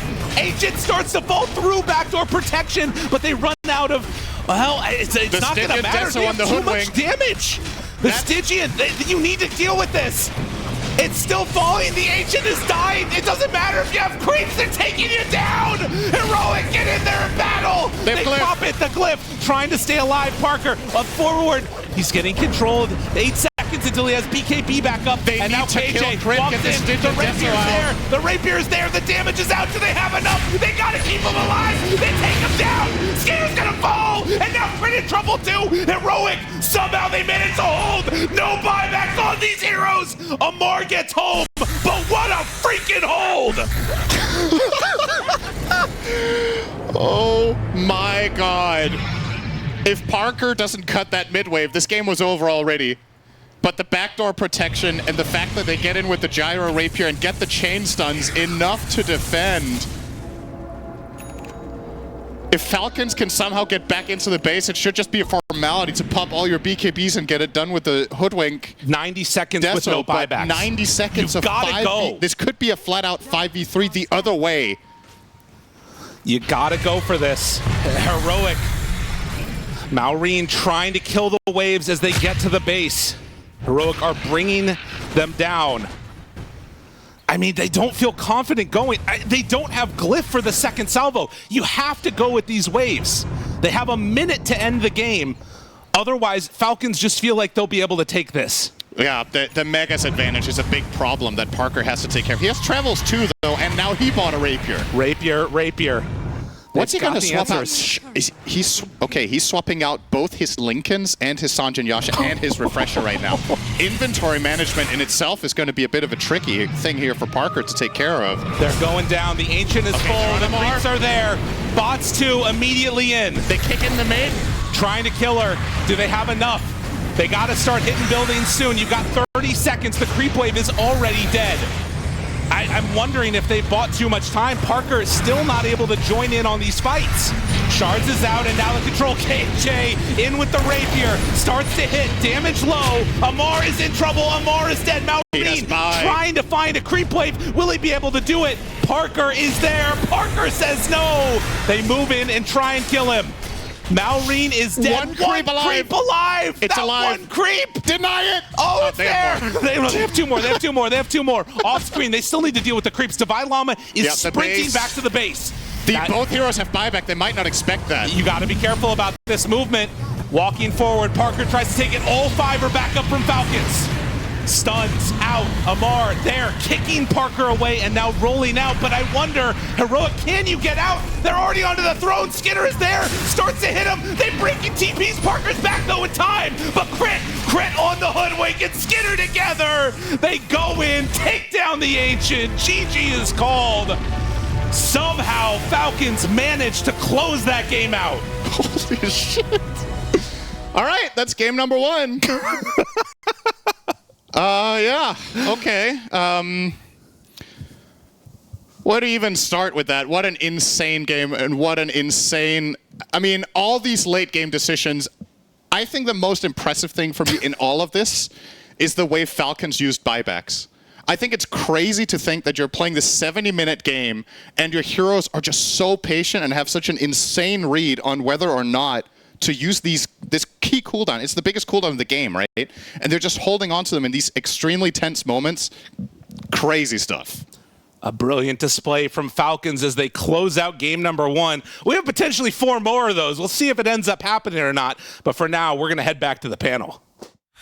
Whew, that game 1 is quite the promise for this best of 5 grand final. Such madness, such back and forth, and oh my God, the clutch moments, T. This was, I think, better than anyone could have expected from this game 1. That was a game 1 of a grand finals. It felt like it was meant to be a game 5. That was longer than game 1 and 3 combined of TI. You have backdooring Ancients and they didn't succeed. You have 43 HP Bloodseekers who turn it around.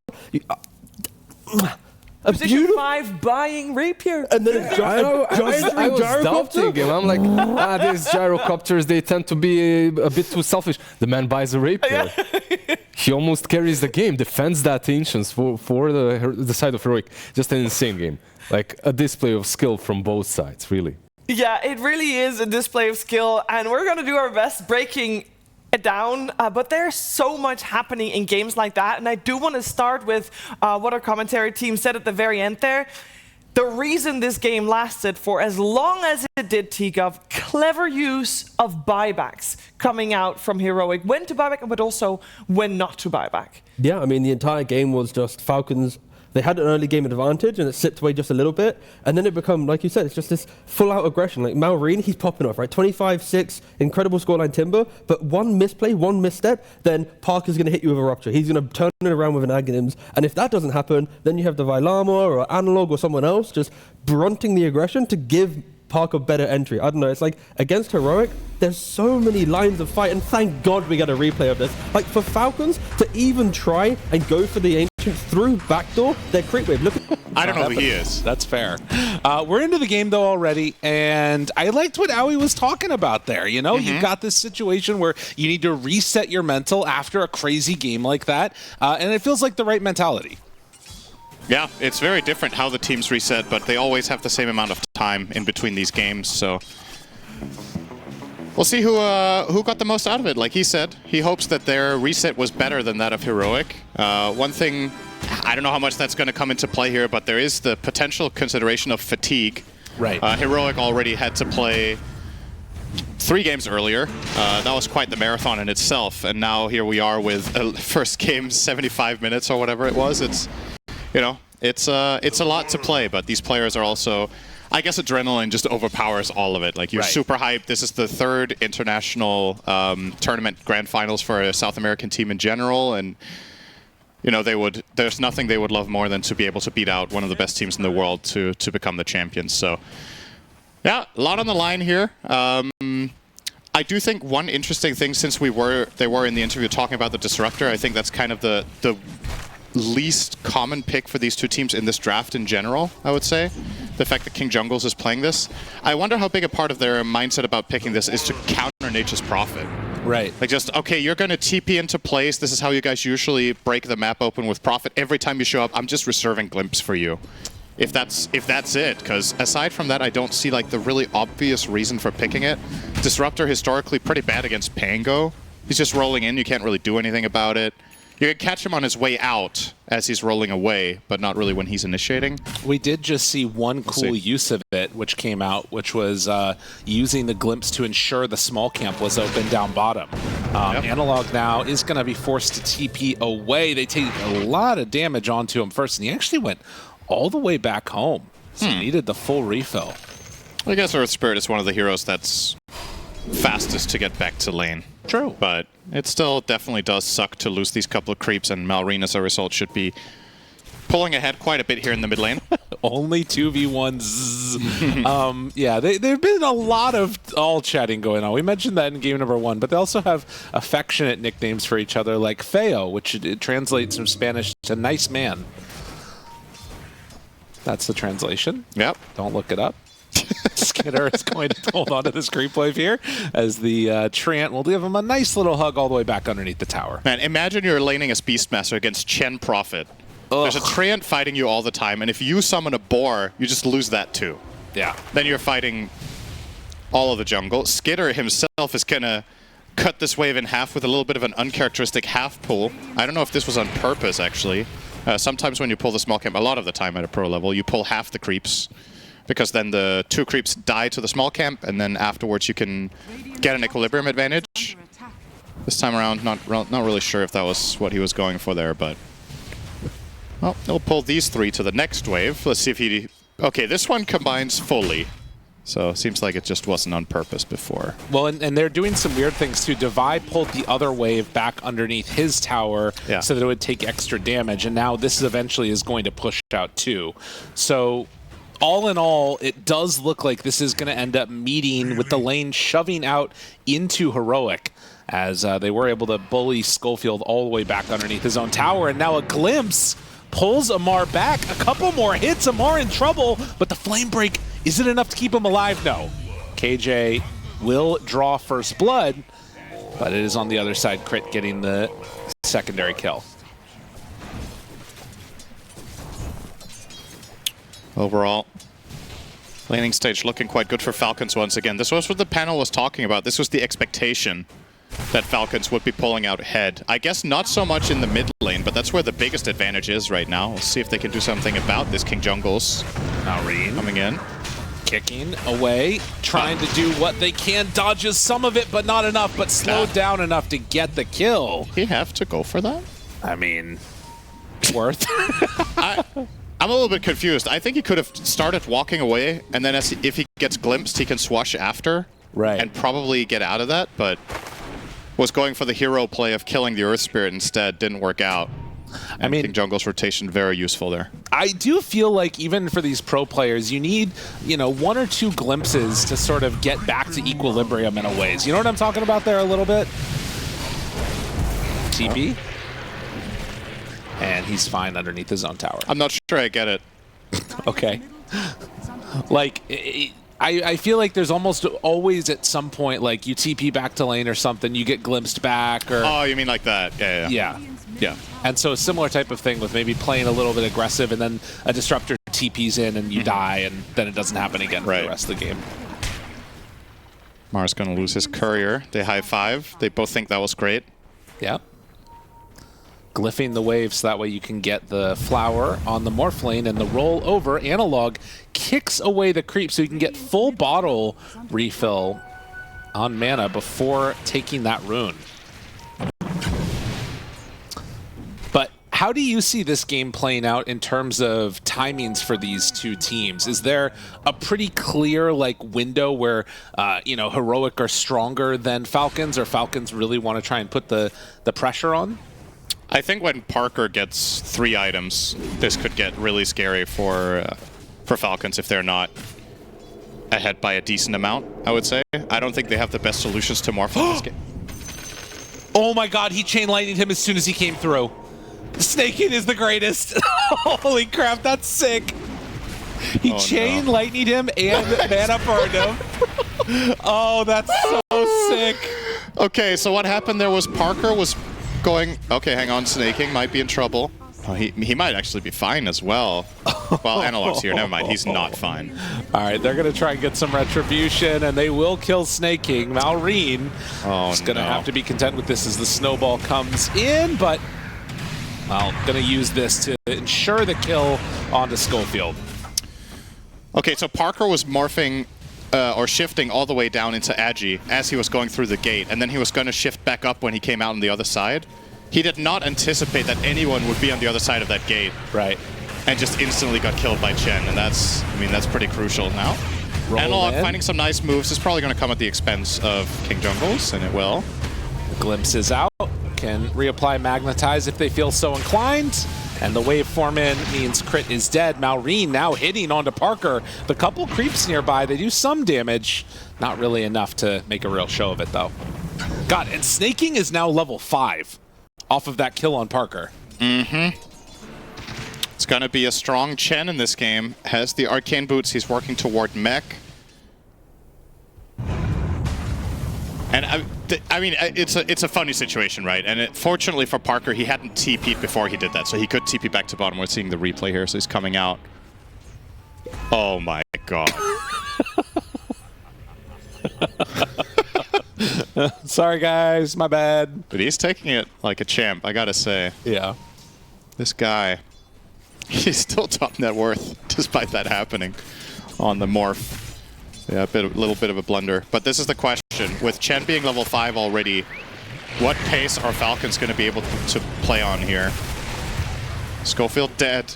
This bot tower is probably gone. I don't know if Heroic are interested in trying to defend this, knowing there's also a profit play, potentially. They do have the level 3 glimpse, but yeah. They've also already used the nice Wiz or Bounty Rune take. They've also already used the Wrath of Nature, but I don't think that's enough to make them feel comfortable going through with it. So yeah, leaving that one alone. So first tower of the game, unsurprisingly for the team with Chen Profit. Profit wasn't involved though, but wasn't needed. Sometimes the threat of the Prophet is enough. It's the new black hole. Yes.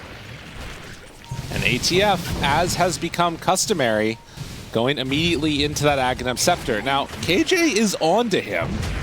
They're bringing in Analog. Is this just going to be another game of trying to bully Amar here? He's hard to kill.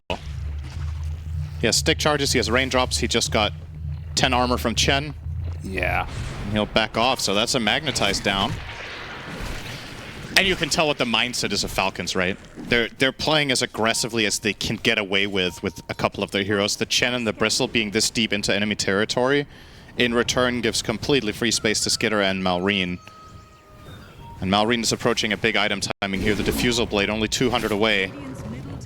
Now, I will say Davai has recovered quite well in this game from what was a very tough lane matchup. He's currently on par with Amar's Bristle. Yeah, highest level in the game just about. But Amar will farm up some nice ancient stacks. He'll get Hand of God to not die to the creeps. Very good, very good. And that should do it. And halfway to Axe And now he's top net worth, like every Bristle game we've seen from him. There is another stack that Davai is working on, actually, though. So it looks like they are trying to sort of propel both of these offlaners forward and then play around them and their Ags timing. Schofield will soak up some of this experience here. Well, he needs it. Yeah, he's level 4 right now. Not feeling great on this Tusk. 6 on Disruptor, though, is very nice. I wonder if they're going to try to look for a play with that.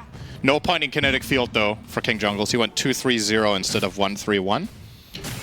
So won't have the easy combo with the lockdown himself just yet.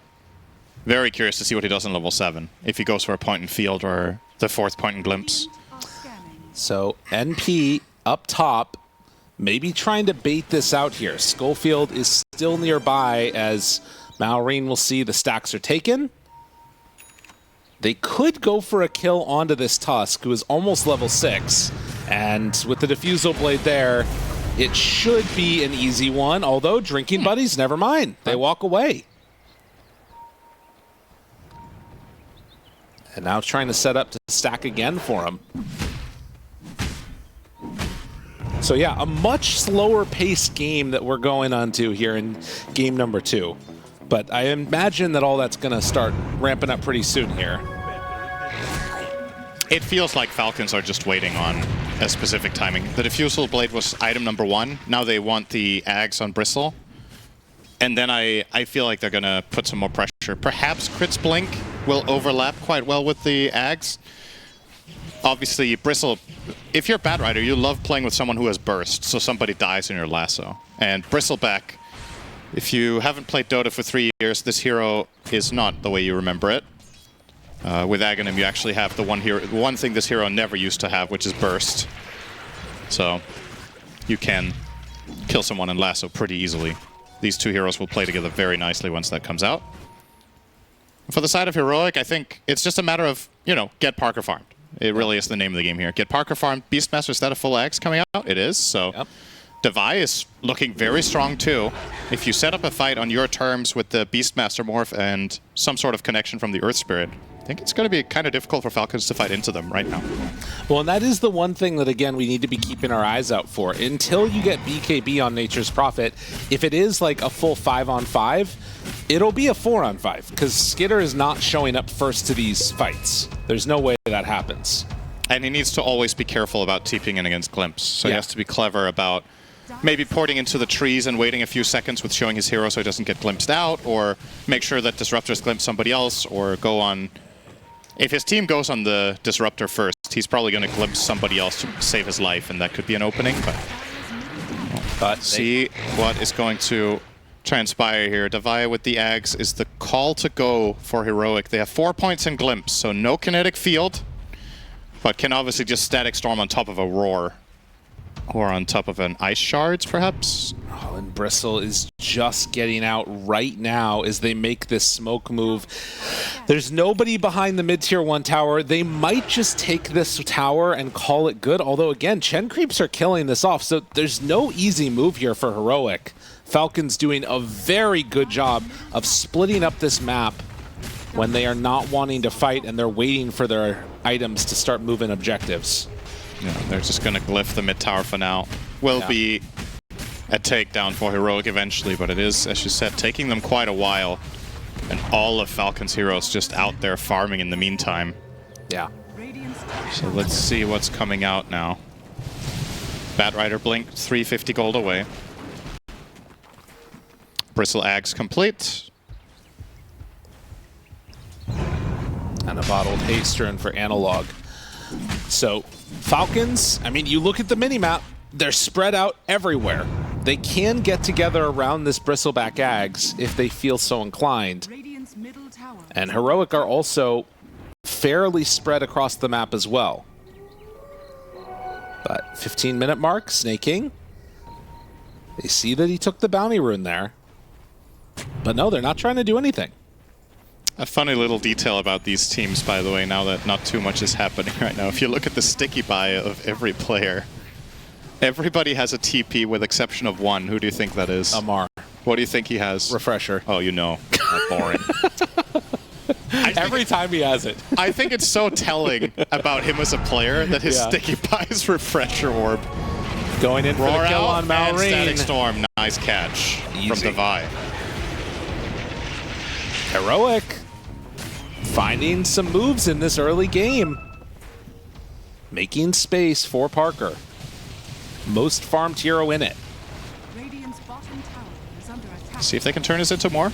Top lane. Morphling already reaching a very, very nice amount of farm. Manta's there, crit. Oh, the Manta comes out just in time! And a tip from Parker as they find Crit, gonna glimpse him back in. He is dead. Really fast reactions from Parker. He was anticipating that.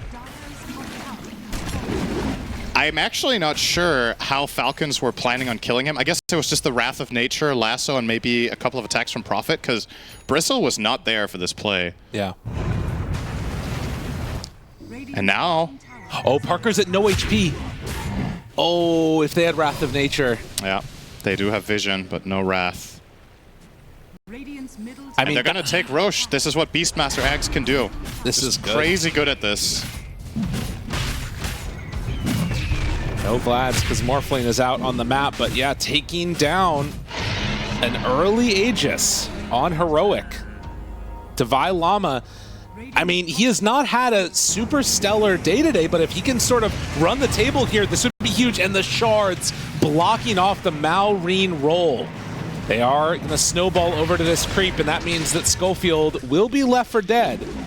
But they get out with Devi. That's a very small penalty for Heroic to just only lose the Tusk in that situation.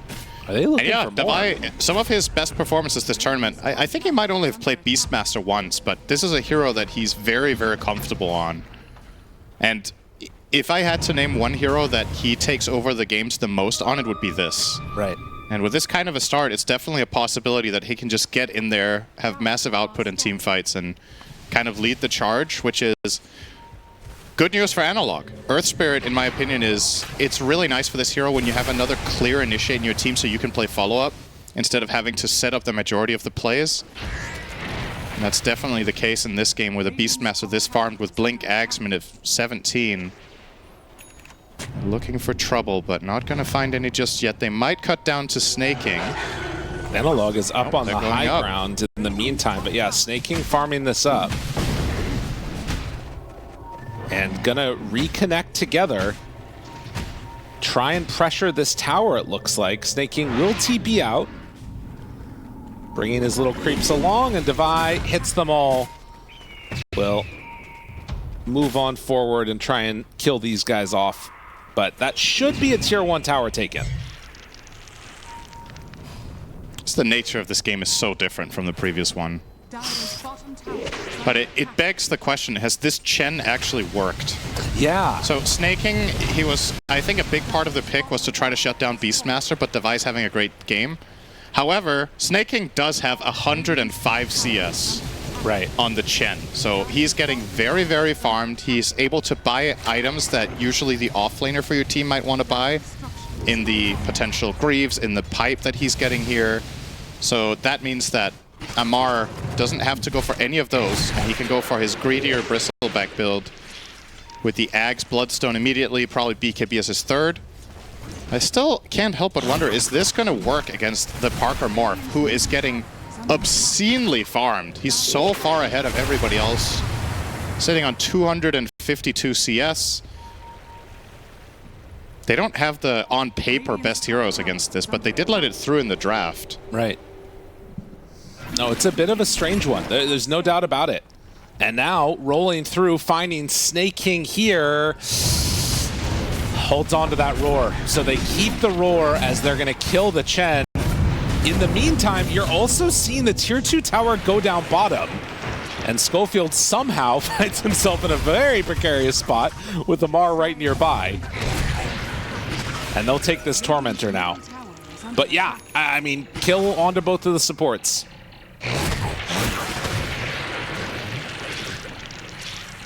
This is the most uninteresting Tormentor kill ever. Bristleback is just so dumb.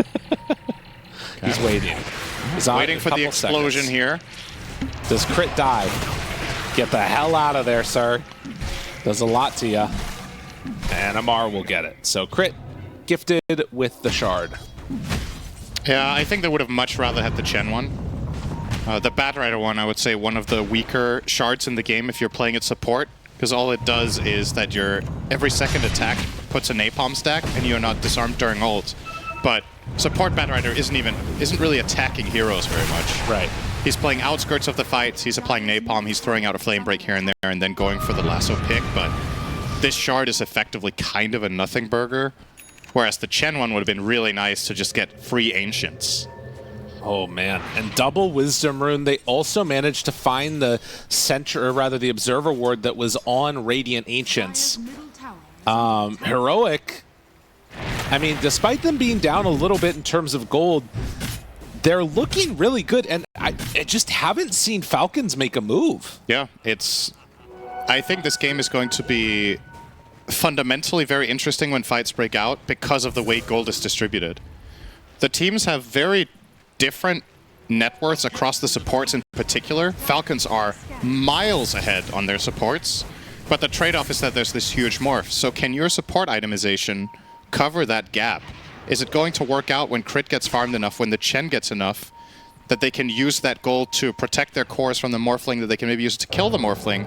Or is it all for naught, that they have these couple of thousand extra gold on each support and Morph's just going to eat them alive anyway? I think this is... It's quite unusual to see a game like this, actually, in this patch, so... I'm excited to see how Falcons and Heroic respectively use damage. BKB reaction, glimpse onto Crit. They get away. Fight is over. They get nothing done with the lasso, the BKB is popped, and they'll call it off. But this is absolutely not how I expected Falcons to play this game. Yeah. And I wonder if it's how Falcons expected Falcons to play this game, or if something went wrong and now this is just how we're... This is plan B? I don't know. Like, I'm looking at their heroes and it doesn't feel like the obvious thing that you take the tier 1s and then you just farm, but obviously you look at the total gold and it looks quite healthy. I'm still just, you know, can they deal with Parker? Can they deal with Devi? Yeah. It's going to be the story of this. There goes the Tormentor now for the Radiant.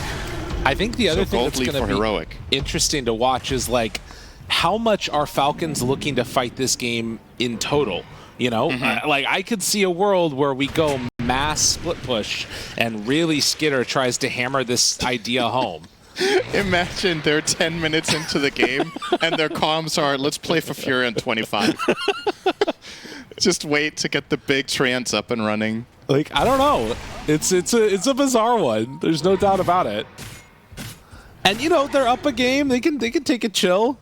I guess. I would like to see them do something, but if this is what they think is the best strategy, then by all means. Morphling is very farmed. He is 5,000 gold ahead of Skitter. It's of a profit. Yeah. That's crazy. He's going to have Lincolns pretty soon. Like, this is going to be an explosion of a team fight. They've got Conda almost Lincolns. Jumps in, finds him. They pop the glimpse, and Analog gets BKB off. And now, Amar, caught here in the shards, they start to beat down and destroy Maureen. Amar, where is he going to go? Still has that Bloodstone working, and they're looking for the back line. Analog, seeing if they can find him. Snake King got to back away. Does have a pipe completed. They bought back on Schofield. Yeah, I was just going to say, just a missed buyback here, unless they can really set something up. Okay, they're chasing. Trying to.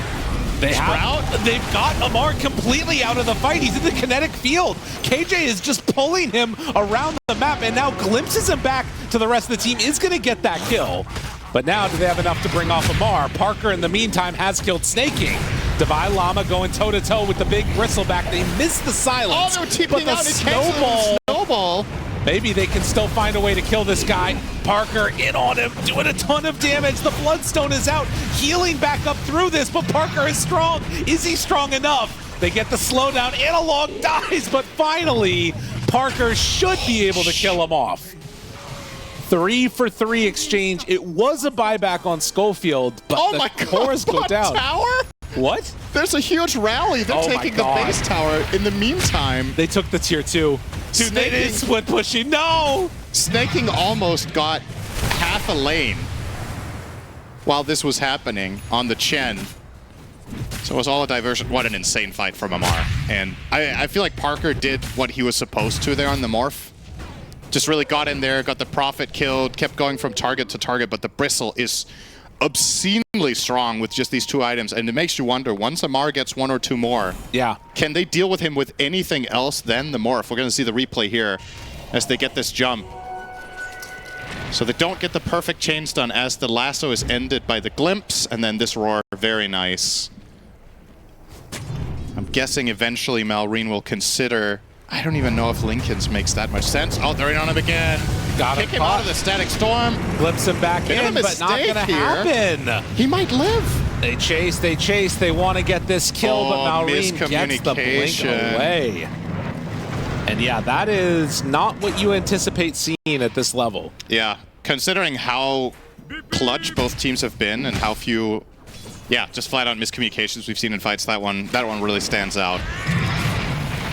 And that sucks for Heroic. That was a guaranteed Pango kill. They could have kept Malrine down, but now he gets to reset it at least a little bit. Working on his Ags currently. Still, I don't know how much this Ags matters. If they get Roar on him and Morph is free, he's gonna die. Yeah. And it doesn't matter that they hand off God, it doesn't matter that they make. I think Parker is just easily strong enough to kill him off. And I wonder how Malrine is going to approach that with itemization, because you could argue for a Lincoln's against the Roar, Yeah. but the problem is that can get glimpsed from 1800 range away, or you can just get poked by a little adaptive strike, whatever it is, and then it's open. So, and you can of course just glimpse him whenever you want. You can glimpse him during the roll just to break Lincolns. Yeah. But yeah, this is a big one. This Falcons Roche. get the second Roche. And I think Heroic are going to be kicking themselves not coming in to check this. They see now that the boar is taken over and Roche is going to go down. Amar going Meantime. for Sanjin Yasha by the looks of it. He's probably been buying this item more than any hero this tournament, including the carry players. Just loves it on his Doom, loves it on his Bristle. 4 heroes smoked up. They do not have their Morphling with them, can TP into this if they want. Amar walks up the hill. Parker, in the meantime, is taking a tier 3 tower, no reaction. And that is actually almost dead. Oh, he did a Chen. Yeah. Crit wants to alarm. TP out. They see him. Good Glimpse. glimpse. He's coming on back. He did get the wisdom that he set out for, though, but it's still a 1-for-1 trade with Parker taking the dire one. Crit, nowhere left He's to go making here. them work for it a bit. He's even going to stick here just to be annoying, but... Parker now 6,000 gold ahead of the next highest on the enemy team. Has Lincoln's completed and a good portion of the way to Silver Edge. This gold breakdown. I mean, look at it. Parker's 6,000 ahead, and the dire supports are 6,000 ahead, combined. Yeah. So the gold is just there, right? That's the discrepancy, and then the rest of the field are pretty close together. Bristle is 500 ahead of Beastmaster, and then Earth Spirit is 1,000 ahead of the Pangos. They're kind of put together in this like weird sets. Amar hasn't used his gold yet. Let's see if it is okay. BKB first. I Thought it might be like the it. SNY. I mean, the things that was controlling him in the last fight was kinetic field. They have 4 points in it for KJ now. Like, I think it does probably mean that now you just roar Amar. There's a decent chance that you could go that route if you want, but obviously not going to do that until the Aegis is gone. Yeah, and it's all, I don't know. It feels like such a high-risk play. If you roar him and don't kill him 100-0, he's going to pop BKB Bloodstone, heal up, and now suddenly your Pango has a free fight. That's fair. So I would rather reserve the roar as much as possible from Malrine just to prevent him from playing fights. But look at Amar. He's really just playing with them right now. Classic Amar fashion on this Bristle. When he has Aegis, he plays like he's genuinely invincible. Just going to run at them. Pushing They're the just limits. cutting the wave now. They're trying to avoid him. Yeah. He'll come at them, though. Schofield blink. Gotta get out of there. Waveform back away. Parker not scouted by Amar, or they were going for Schofield, and now Schofield gonna get lassoed, gonna be brought down. They find the backline though, Pango. Static Storm is there. Do they have enough heal to keep him alive? No. And that was without Morph. 1 for 1, and Parker finds another. He just soloed Skitter. One shot, basically. Silver Edge Conda. Wow. Blew him up. Skitter used his BKB and still died, so that's even worse. Now he has a Lincoln's. That so it'll be harder. Insane. I think it's a very healthy sign for Heroic that they can kill the Pango there without Morph. Yeah.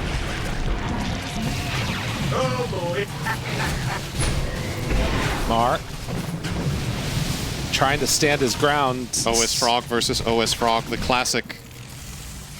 Morph versus Bristle. Morph damages him, Bristle turns his back, and Morph stops hitting him. But he'll try to go through the back door here. Parker, and he's gonna do it. Okay. Tier 3 tower gone while Amar finds the kill onto KJ. He didn't have to speak a B for it, though, against the Glimpse. Still an Aegis. Yeah, with the Silver Edge, I wonder if Parker is gonna try to kill him here. He's thinking about it. Yeah, he was indeed thinking about it, but the assistance of all of Falcons' heroes were arriving, so probably wisely not trying it. Another shard. This time it is for snaking, so now they can take the Ancient Creeps. What are the best ones they can get? Definitely Granite Golem. You just want raw health against the Morph to try to keep your heroes alive. Aside from that, I don't know what snaking really wants here. I mean, this is a problem. If you are losing your Nature's Prophet like this, and like we might just see right now, a chance waveform, no, backs away, and instead, it's Parker that's caught. Doesn't have Manta for a second. Lasso is there. He's over in his strength form. Does have Manta when he comes out of this. Tries to back away. Invis, drinking buddies. Parker, waveform, caught. Snowball save. Can waveform when he gets out of this. And I think Schofield is going to die. Can they get the break on Parker TP? No. So went in a little bit deep, and Falcons were able to read that movement and come in and help out their Nature's Prophet. That sequence is the perfect illustration of why Parker hasn't bought BKB this game. Yeah. They were on him with all 5 for like 15 seconds, and they couldn't kill him. He's going to buy it next in the anticipation that Falcons will start counter-itemizing him with hexes, etc. But for the time being, his build has worked perfectly. He didn't kill the Prophet there. I think he wasn't anticipating the Lincolns on Skitter. Had just been finished, yeah. And if he was, he could cast more first and then maybe kill him. Right. But that time around didn't work.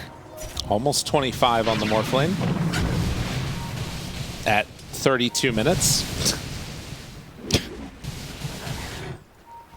Ridiculous numbers Parker's putting up in this tournament. They get a Yule Scepter now, too, for the Bat Rider, so he can have a way to break Lincolns. I mean, it's feeling very much like, can Amar kill all of Heroic before Parker kills all of Falcons? So you mean 1v1? Yeah. The ultimate 1v9, where it's 1v9 versus 1v9. That a little doesn't bit. make sense, but that's basically what you're saying. Yeah. Don't count Skitter out.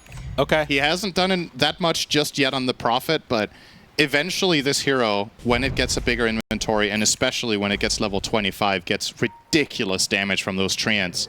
Because we're focusing a lot in our commentary on how the treants are able to push. But if you have 2 of those treants next to you with your innate, they give you a ton of damage. Yeah.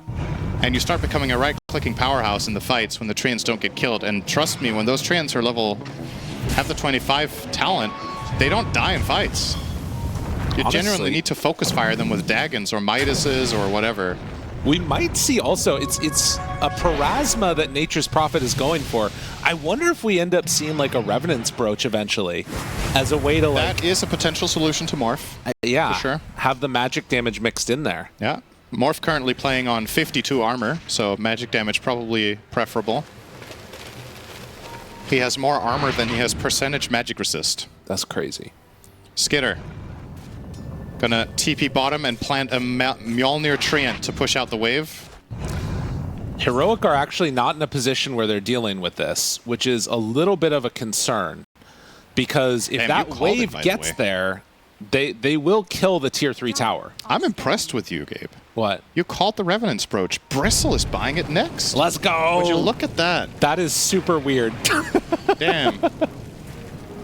Caller Commentator of the Year. What a guy. Crit will escape. Parker now 25, so waveform cooldown is down to 7.2. Snaking might... Okay. Parker barely... They barely avoid... I see him. Ward into Glimpse. Unfortunately, Chen is not rich enough to have a BKB yet. Yeah. So that kill hurts. No buyback. Don't think he would want to anyways, but Skitter's just cutting mid with another Mjolnir Greater Treant. Dude, they need to deal with this bottom wave. These Treants are going to take racks. At the same time, though, Parker's illusions are also about to take racks. So do you want the trade? I mean, maybe it's Parker with BKB could just go in for it, honestly. I don't think they can stop him. He's but looking we'll about it. We've seen him do this with his Monkey King Schofield? before. It's Schofield out, start to hit the racks immediately onto it. They take him down. Get the strength form off. Now the switch over it. My God, look at him die. But you know what might end up happening? Catapults down bottom. They haven't sent in the Treants yet from Skitter. Skitter is still in this fight. Analog has to back away. Parker throws out the damage. Amar almost goes down. They pop the BKB, leashed up dead Earth Spirit. And just like that, they're going to need to get the hell out of here on Morph because they're going to lose rack soon, and there's the TP's out. Not the worst result, though, for Heroic. Yeah. They do get the first melee barracks. They only lose the tier 3 bot. They kill Malrine as the trade-off for Analog, and Schofield can't say I agree with his blink punch on Amar. I'm not really sure what the plan was there. Maybe he was trying to communicate to Parker, let's just go for the burst, but... Once again, if you go for this Bristle, you better not miss, because if he gets his stuff off after you initiate on him first, the fight can just turn into a disaster. And a really quick Roche respawn. It's instantly there. It will yell at him when it ends up starting to get hit. It'll be 5-on-4, though. No Analog, no buyback. He has nothing to TP on. Oh, this is just a dire. I mean, they kill it so fast. They're running up here. It's... They're too late. They're not going to be able to get it in time. And that is it. My goodness, Aghanim Scepter now passed over to Crit. Let's see if he wants it himself. Hasn't committed for it just yet. Now he will. Yeah. Okay, so have the double lasso possibility. We did see in that previous fight in the base that Malrine was able to find the 2-hero connection on the Rolling Thunder. Whoa. So perhaps that could set up for the double lasso as now. Beastmaster with the refresher. I mean, Devi is up there. Yeah. He's ready to do work with his Shiva as well. Let's see what tier 4 token item he's going to get. You know, I'm wondering if they're like... a hammer. Not bad. Yeah.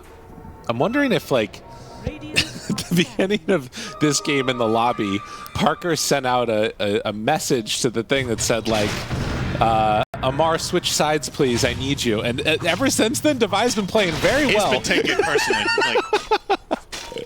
Like, Devi is owning this game. yeah.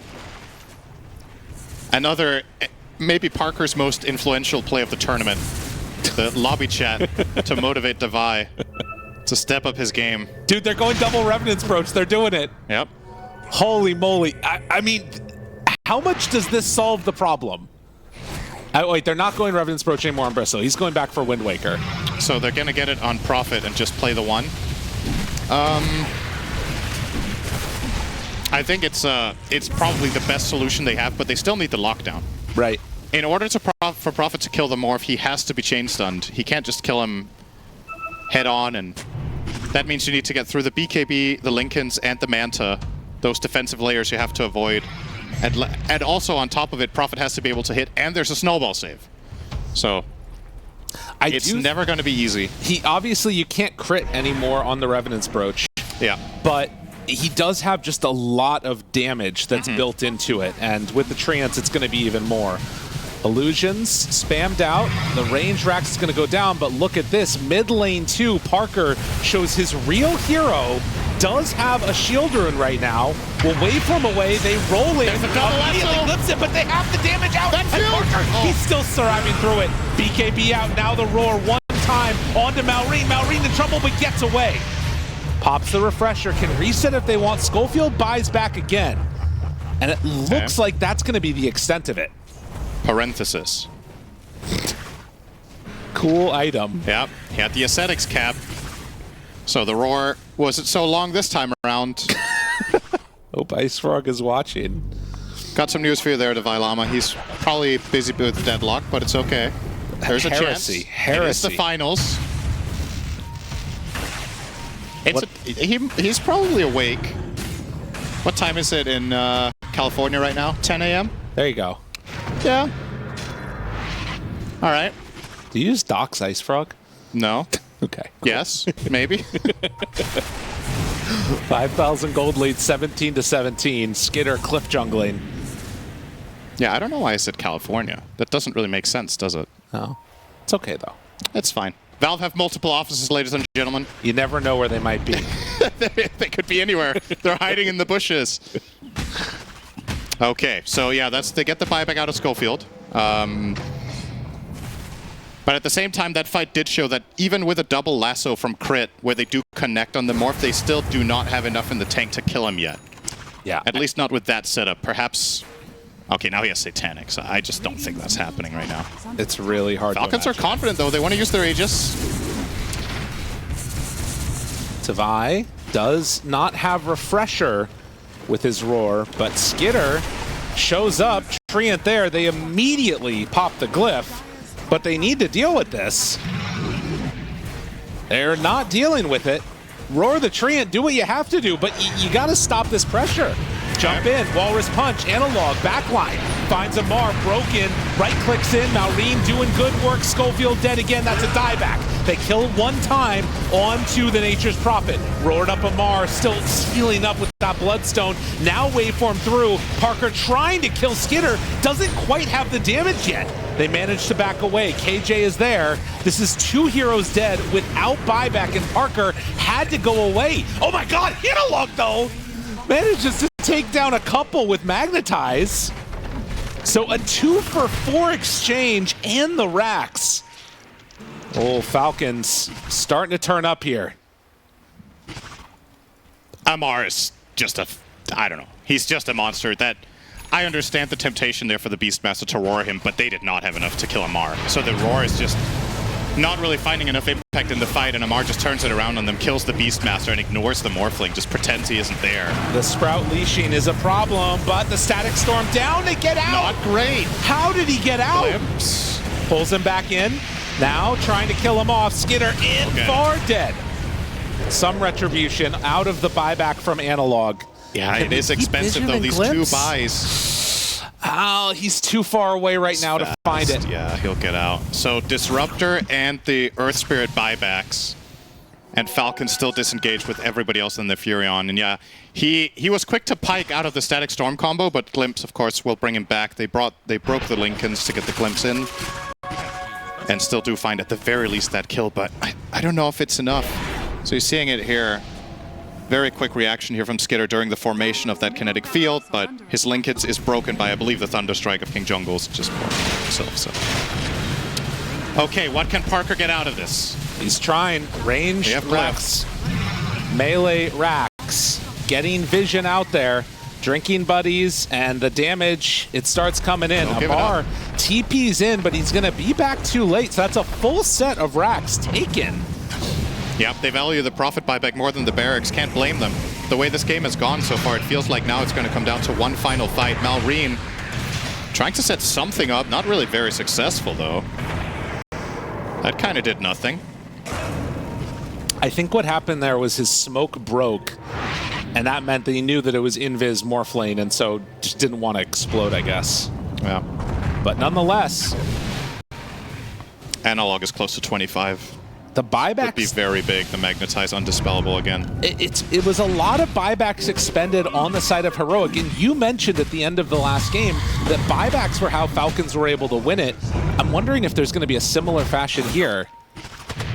It definitely is possible. I think they have all 5 of those currently, right? They didn't use any.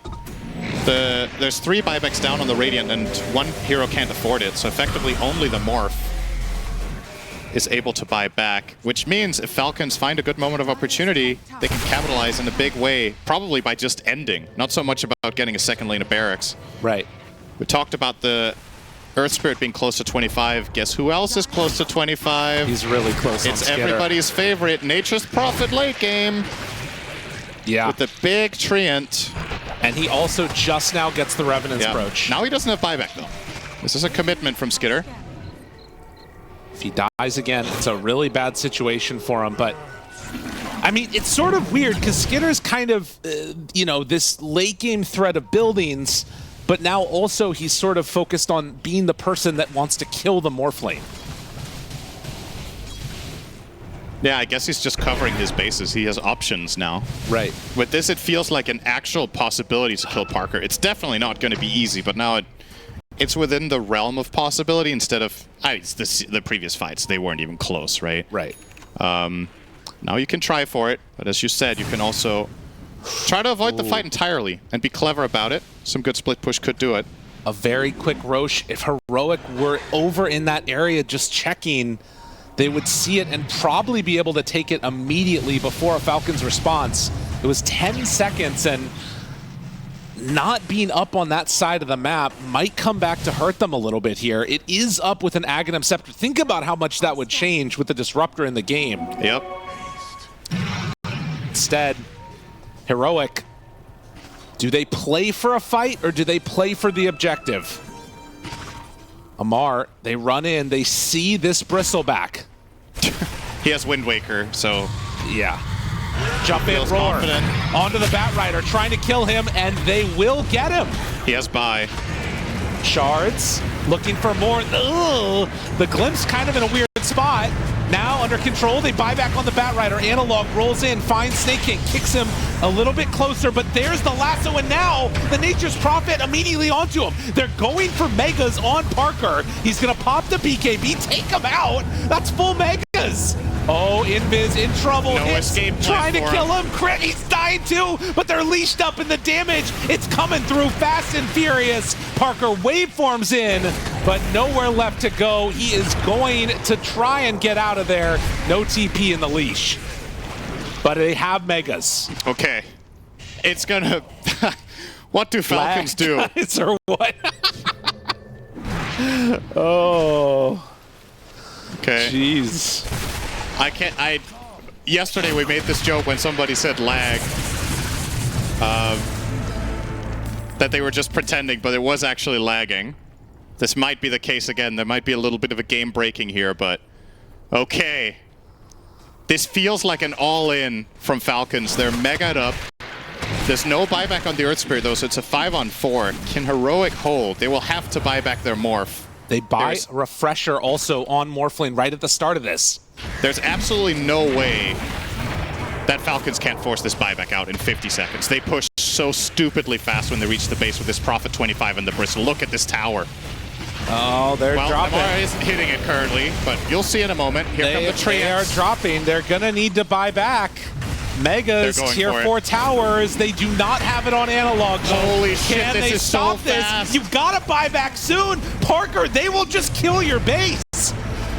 They get what both the they came buyback, for. and now they try and get out, but there's the Glimpse. Round 1, can they find more? Onto him, Static Storm, it's not good enough, but Malrine rolling through them. Schofield is dead, the Roar is out, the right clicks come in, but Malrine, the Wind Waker saved by Amar. Wait for it, tries to kill him, they don't have enough. Malrine, he's going down low, but not dead. The shield crash surviving, no! They managed to get the control from Crit, but the right clicks are not there. Skinner wasn't hitting him. Waveform, Parker, how much do you have left in the tank? There's the Satanic, the turnaround, 1v5. It's real when they get a little bit of help. Parker moves in, kills off Skinner, and now they win the fight. There are creeps on the tier 4 towers. You got to get the hell out of here, Falcons. And they have 2 heroes without buyback. Heroic have to be able to just finish the game now in this 4v3 situation with a naked throne. I say that. There is 1 tier 4 tower. Okay, well, I guess Skitter is alive. I mean, the same Amar play has as buyback. Roche. He's going to just run at them immediately when they reach the base. They can't let them hit the tower. Can't you just go Roche? Oh, this is scary. Amar's going to go in. He bought a Rapier. All right, Parker's not messing around. They jump in with Analog. Starting to hit the tier 4 towers. Analog under control. BKB is there. Parker hits. What's the answer? Waveform away. Amar down to half HP. They still do not have Malrine or the Batrider. They pull him back in with the glimpse. Parker under vision, the sentries see him. They're still playing footsie around here. Will finally pop out, and there's the Wind Waker to interrupt. Waveform forward, tries to take it down. Tier 4s are gone. Manta out, Static Storm down. Parker, eyes on the prize, trying to take down heroes, take down thrones, even up this game, one series apiece, and they will get the glyph out, but Amar, nothing left in the tank. With that, it is going to be Heroic taking it. Best of 5 like this, they are give me the microphone, I'm talking here. That was sick. It's kind of like the players all chatting in the game when they're winning. He's like, we're all the haters now that said we can't give them profit, you know? Beat it one time, that's when you talk shit immediately. You gotta love it. Well, I was surprised, genuinely, in this draft that Falcons didn't pick it. Yeah. I feel like this is a team that isn't known to just give up on their ideas and their identity after a singular loss. But they feel like there's a different approach to this game that's going to work better than the Prophet. So that's very interesting to see. And there is a possibility now that this hero does come back later. This is something... Oh, hang on. Oh, living. I think they'll be okay. So I just quickly want to mention this because this is a theme that happens a lot in BO5s. Wait, Malrine, what's going on? They're diving him mid with Omni and the Primal? I mean, this is what you do. You come and take our Darkseer, we'll run at you, KJ. That is the weirdest first blood I've seen all tournament. They just ran him down with 2 melee heroes mid. Are they going to full-on tri-lane this? Down here bottom, by the way? I mean, I'm not sure. This is a very strange start. Schofield, not really sure where he wants to go. Crit can probably come close to killing him now. So you and I have talked about this a couple of times with Darkseer because we're both, you know, Darkseer enjoyers. We've played the hero a ton. This hero is all about getting level 3 and level 5. Yes. And if he gets tri-laned early on, the hero kind of just sucks. So at the same time, there's a limit to how many resources you can put down there. So eventually they will move Crit top here to play with Amar. As Davai Lama will get his first experience point minute 130 here.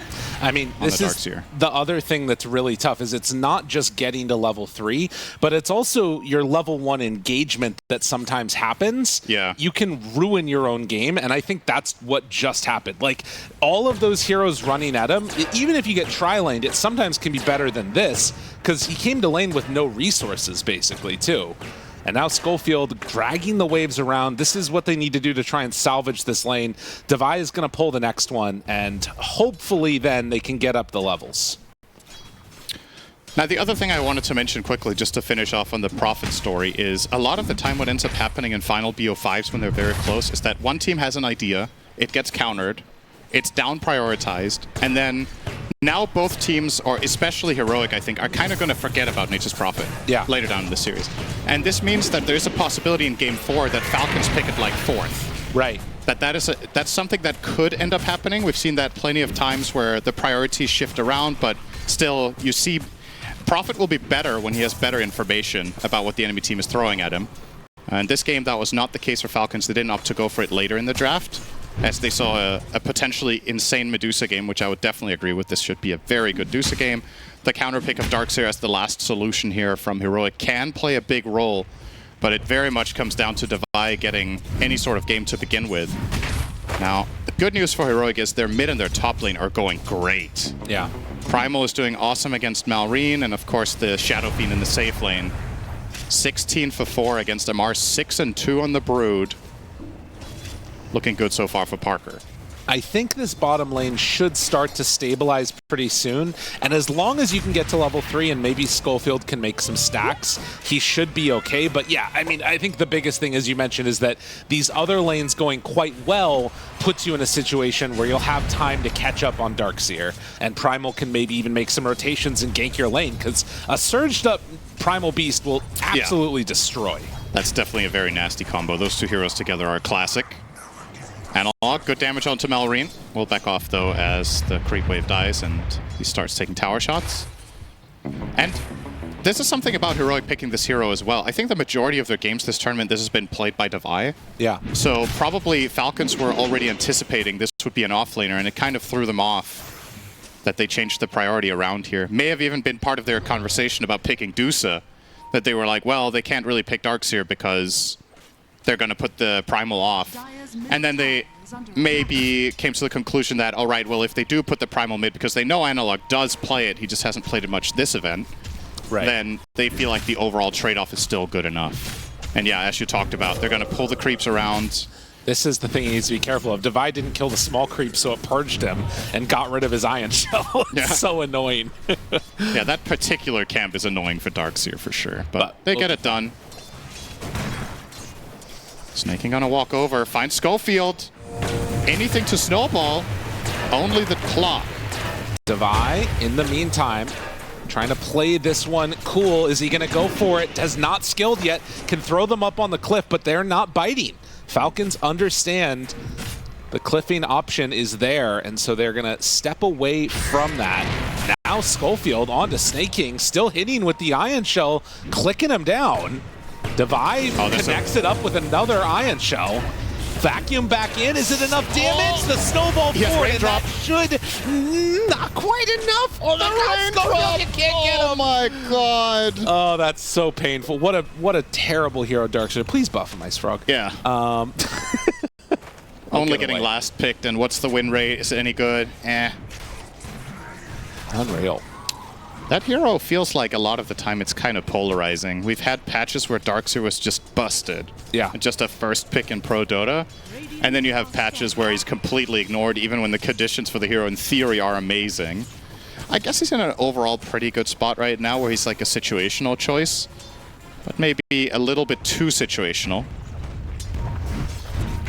Well, and in the meantime also, we will see probably pretty soon the Broodmother try and have some Spiderling build-up once she gets to 6. Snaking on Analog mid. This would be a nice kill if they can get it in time, and in fact, it looks like they might Analog down. They bring numbers, bring them down. Great rotation. He did not expect that one. And obviously, you can't onslaught out with Clockwork on top of you. As long as he isolates you in the cogs with no creeps nearby, you're staying there. And that brings back Malrine in the game. He was losing that lane quite hard, but now it's looking stable again. Divine trouble goes down. Malrine will pay it back immediately. And now Schofield, no TP. Kick's gonna miss though. He'll probably make it out.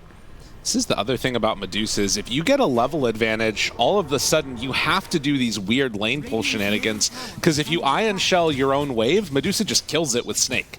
And now you also have this Gorgon Grasp, which is a problem. They're going to need to make some type of a move to help out here. But as they get to the 7-minute mark, Divide gets dove. The vacuum pullback, they should be able to secure the Wisdom with Schofield. They do manage to do just that. Divide had less experience than Omni, so he got half of the Wisdom. It's a really rough lane right now for I don't know if you want to look at that the positive or the negative way. That really depends what kind of person you are. He got the XP. But yeah, you got half the XP from the Wisdom. That's great. Really good catch up there. They also have no stacks. Sub tower's gone. That's something. I mean, how good of a Shadow Fiend game is it? Because Parker has so often been the win condition for this team. Can he eventually just completely take over this game? Or does he need the sort of the Darkseer to have a good one as well? I think Repel is a bit of an X factor in that regard because it potentially allows Parker to go for a slightly different build path. Nice damage there onto Amar, triple raise combo. Kick back. Okay, though they find Analog again. Where's the help? Nobody nearby trying to get in time, and the Purification Repel. Oh, no, King Jungle is probably dead too. It's not enough to save a life. They hit a roll. KJ in, kicked back if they need it, or just kicked to death. Snaking is owning this game. He is really the MVP for now on that clock. Part of 6 out of 7 kills. He's killed mid twice. He's killed bottom. And now he's looking for his next victim in the top lane. This will be spotted by a nicely placed aggressive ward, though, from the side of Heroic. So Snay probably not getting in on this unless Parker wants him to. Oh, baiting it out. Oh, buddy. But Snay not walking into that. But yeah, it is potentially a good Shadow Fiend game. I think the Medusa matchup is kind of bad, but Omni Knight can swing things. You have the drinking buddies that amplify you. So I think it can be good. My bigger question is what happens now? Because Amara has been very quiet this game compared to most of the games he's had. This is one of his worst starts of the entire tournament. But now he's 6. Right. This is the kind of hero that can solo Shadow Fiend. If you get the right angle with the Spiderlings and he doesn't kill them off with raises, you can at the very least force a Requiem or a TP out and start taking control of the area. So Heroic kind of need to plan how they want to solve this. The panel was talking about moving Primal up there, and then maybe you put the SF mid, but he's super vulnerable there. So I guess the SF kind of wants to play top plus jungle rather than the mid area. This is big, though. Pulverize. Oh, a little bit of a pause. There was some lag there. Nonetheless, they were able to grab it. Why you pick Brood, bro? That's pretty sick. I like that. Ready to go. About moving Primal up there, and then maybe you put the SF mid, but he's super vulnerable there. So I guess the SF kind of wants to play top plus jungle rather than the mid area. This is big, though. Pulverize. Oh, a little bit of a pause. There was some lag there. Nonetheless, they were able to grab it. Why you pick Brood, bro? That's pretty sick. I like that. Ready to go again. He is maybe alive? Purification. Slowed. Pummeled. Degen Aura. Yeah. Hunting. I think he gets out. Man. Just barely able to get away from that one. So they will spot the Clockwork coming over this direction. Cannot do anything to cut him off at this point. So Snake King gonna have to traverse back towards mid.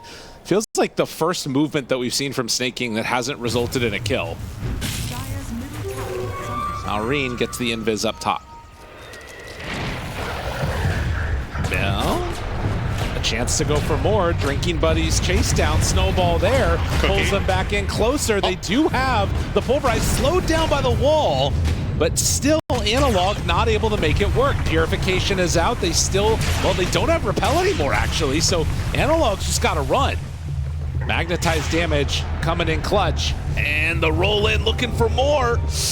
Aureen can reapply if he wants again, throws out the rock, but they're able to dodge. Analog had insane movement in the river there. He got hit by, I think, one kiss from the Snapfire. Wow. So credit where credit's due. Crit's accuracy, not the best there, but I feel like that was more about the Primal than the Snap. Just very good sidestepping with the phase boots. Yeah. And the Wind Lace. As you said, there was no Repel to protect him, but didn't need it.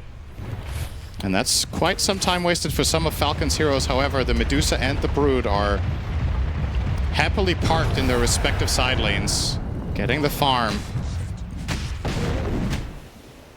Well, another round of smoke ups. KJ and Analog hunting for this Brood. Crit is nearby, able to interrupt this if the Pulverized play comes out. They'll spot KJ, no sight yet onto Analog, but ready to see a PC crash again in a moment. They run on in, try and get him. Can they get in range to grab? No. It doesn't look like it. Got Amar very quick to get out of there.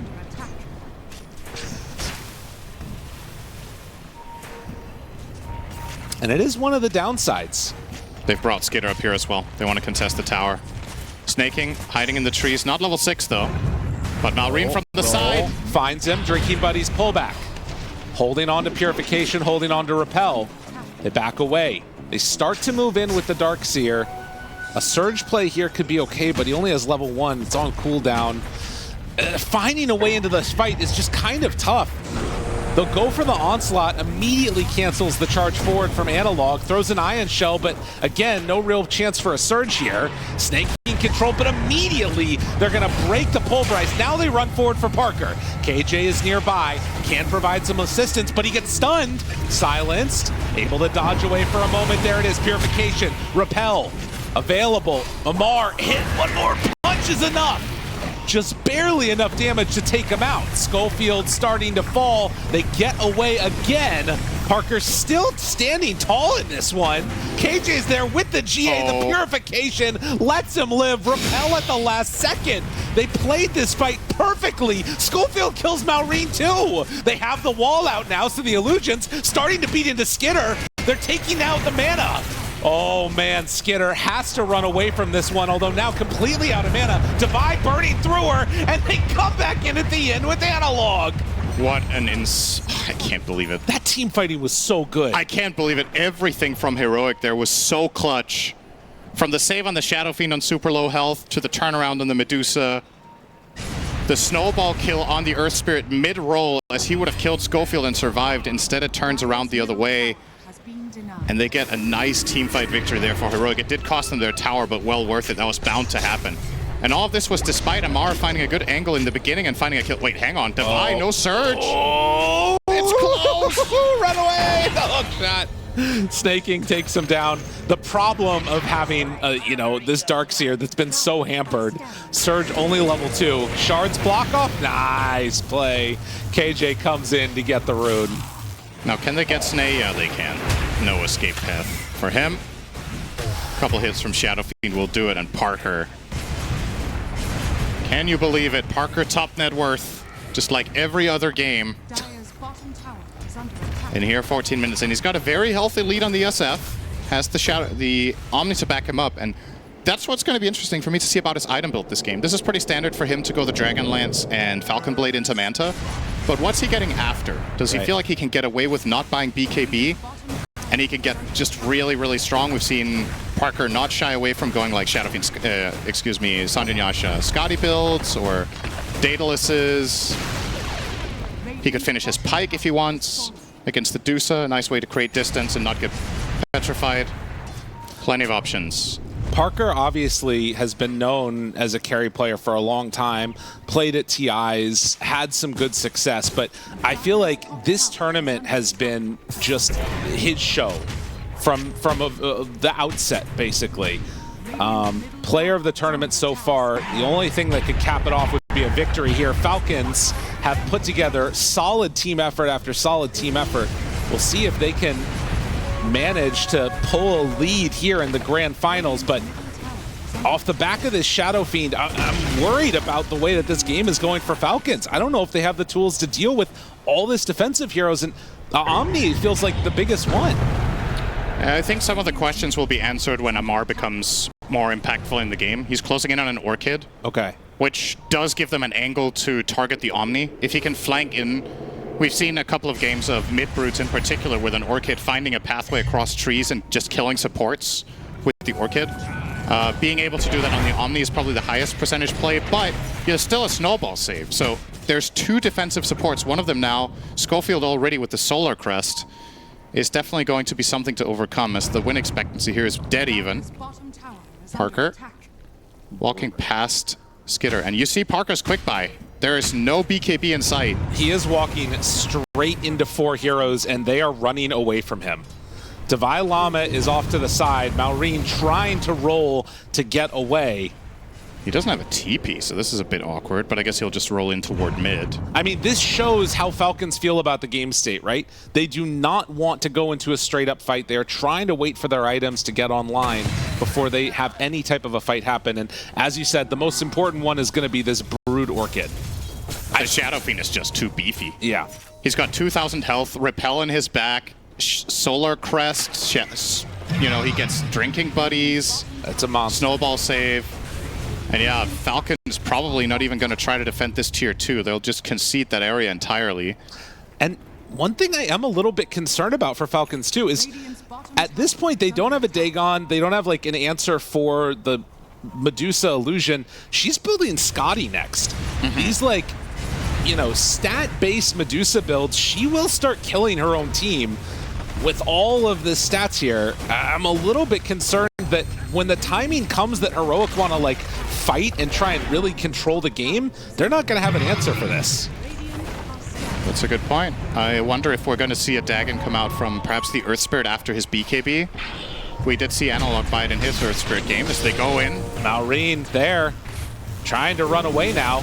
Completely out of mana, does have a roll, but it's not going to happen. They kill this Earth Spirit. And Heroic starting to run wild in this game 3. Solar Crest now completed for Snaking, so equalizing that item for both teams. But yeah, when the Heroic ball is running together, I think these fights are just very difficult for Falcons. And it means that what they need to accomplish is setting up skirmishes effectively, which is what they're trying to do here. But I think Devi is out of here.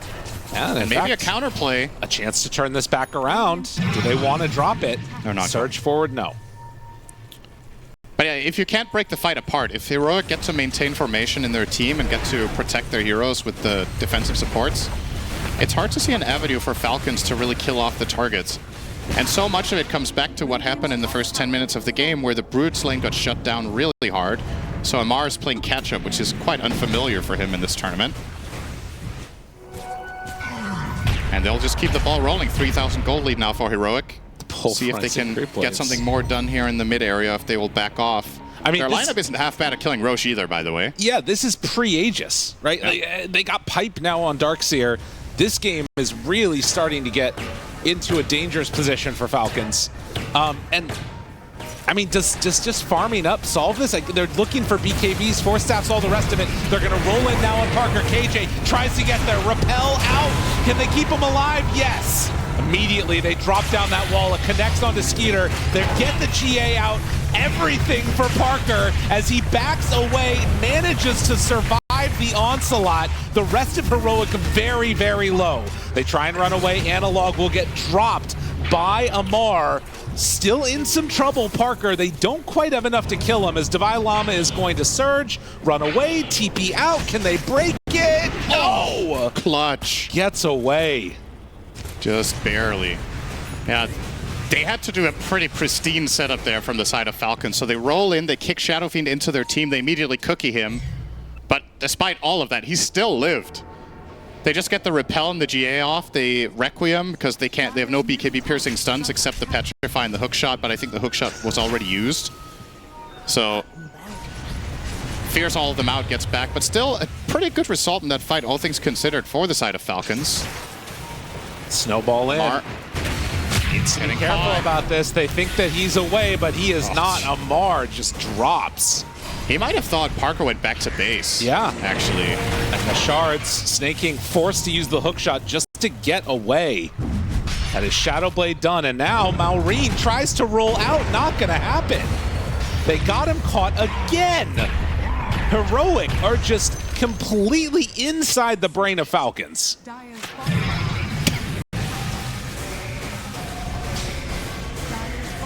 Damn. Analog's going in game and chat. First timer Spirit. All right, they get the Tormentor for Schofield, so that's going to be the better shards. So we'll be able to farm a bit faster, do some more damage in team fights. Crit will try to take away the Heroic Wisdom Rune and will be successful, so it's a 1-for-1 steal. Divide, does he guess the right way? He will see him there. Well, see if he can keep him in place. He does have the vacuum in a second. That's a good wall. Can he pull him back up? Yes. TP out no now TP. On Crit? Oh, yeah. Snaky gets killed by Parker. And Crit is just going to get run down and punched to death by the purple-headed man. Force Staff. He has a Scatter Blast and a Cookie. He might actually be fine. This could be a disaster for Devi if he goes too far. If he goes in too far, okay. That's also wall down. Long cooldown there. Yep.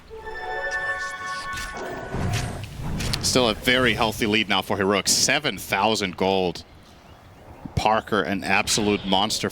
How is he 5,000 ahead of the Dusa with similar CS? That's crazy. Just ridiculous output from these team fights.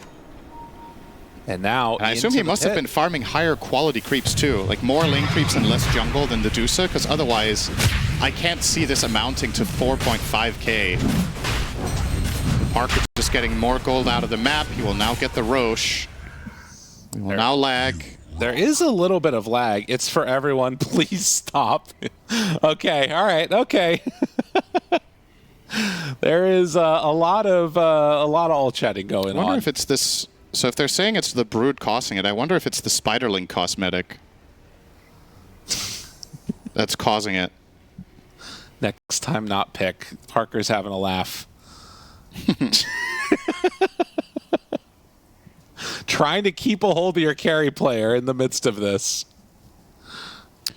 It's a tough I wonder if reconnecting fixes the issue temporarily at least, but sometimes in the past when we've had these like FPS drop issues with cosmetics, it's specifically been, a lot of the time it's been heroes with a lot of units. Like Phantom Lancer, Monkey King Ult, Brood, Spiderlings, Nature's Prophet Treants. And I think there was one time as well where it might have been with one version of Ion Shell as well, was causing some whatever, because it was animating a lot. Yeah. Just constantly casting. But either way, I'm up for a truce of not picking Brood for the rest of the finals. That's okay with me. I feel like this hero, I don't like representation for it because I hate it. It's gotten better though. Come on, surely. Okay. I agree with that. Dude, you're trying so hard to remain professional right now. But Cinderin is just like blistering with rage. And you coat it in 24 karat gold, it's still a turd. Okay. It's just gold coated. That's Brood. Okay. All right. Here we go. Aegis for Parker. Somehow this felt like it was the second Roche of the game, but just the first one, so no banner. All right, we're pausing. Nice. When I said Brood it will not fix. when does D-Scene help? Okay, how about you try it and find out? The legs will stay. I'm Brood. Oh, man. I was going to say, what an X factor to a pick, but it's lagging his own team. Listen, they're trying so many different ways to get inside each other's heads. When I said Brood's gotten better, I could see like your body have a physical reaction when I looked over. No, so like, in all honesty, it used to be worse. I think the worst version of Brood, not in terms of win rate or whatever, but in terms of design, was the one you go back to like 2012, 13, 14, where you last picked Brood, the enemy team didn't have wave clear, and you just won. Yeah. It was very uninteresting, very, very polarizing, and it felt like the ultimate cheese. People nowadays complain about Huskar being a cheese hero. Right. If you started playing in 2020 and you're like, wow, Huskar is so stupid. Back in my day, we had Huskar v whatever as Broodmother. Well, they force out the glyph here on the side of Heroic, and they will take the mid-tier 2. Feeling like they don't want to play this game anymore. They are just running at towers aggressively. Take down that tier 2 tower in the mid. A smoke up though from Falcons, who they find Devi is a good target. They hook shot in, connect onto him. Pike is out immediately, and now the turnaround. Analog manages to find the Broodmother. Can Devi live through it? Yes, but didn't get the call off in time. Uh-oh, Analog. BKB expiring. They have Repel. They chase, they want to get after him. In the meantime, Parker finds the kill onto Crit. So, Parker moving in onto Skidder, continuing to throw him out. Has the Manta there as well. A couple more punches, the break, the right click. That's another dead Clockwork. They roll in, find KJ. Snaking buys back into this fight. They have to be careful now. With Omni Knight dead and also Darkseer, they don't have a lot of ways to fight left. Yeah, Falcons feeling the heat a little bit. I've been praising them this series in the tournament for how they use buybacks. That was such a reckless buyback from Snaking. He didn't have T. At least I think he didn't have TP because he didn't use it. He just bought back, started running down mid. He didn't have hookshot, nothing to connect on, and that's effectively just a wasted buyback unless it dissuaded Heroic from chasing, but I don't think so. Wonder if they forgot they had Aegis. That GA is a problem for Falcons that they have to deal with. And you know what item is good against it? What's that? Armlet Brood, apparently, because that's what Amar has in his quick buy. I was thinking Nullifier, but... Yeah, I was also thinking Nullifier. So I was like, I wonder if Brood has Nullifier in his quick buy. Nope. Dude, these spiders. He has Armlet, and then he has Refresher in his sticky buy. I really hope he doesn't buy Armlet. Or...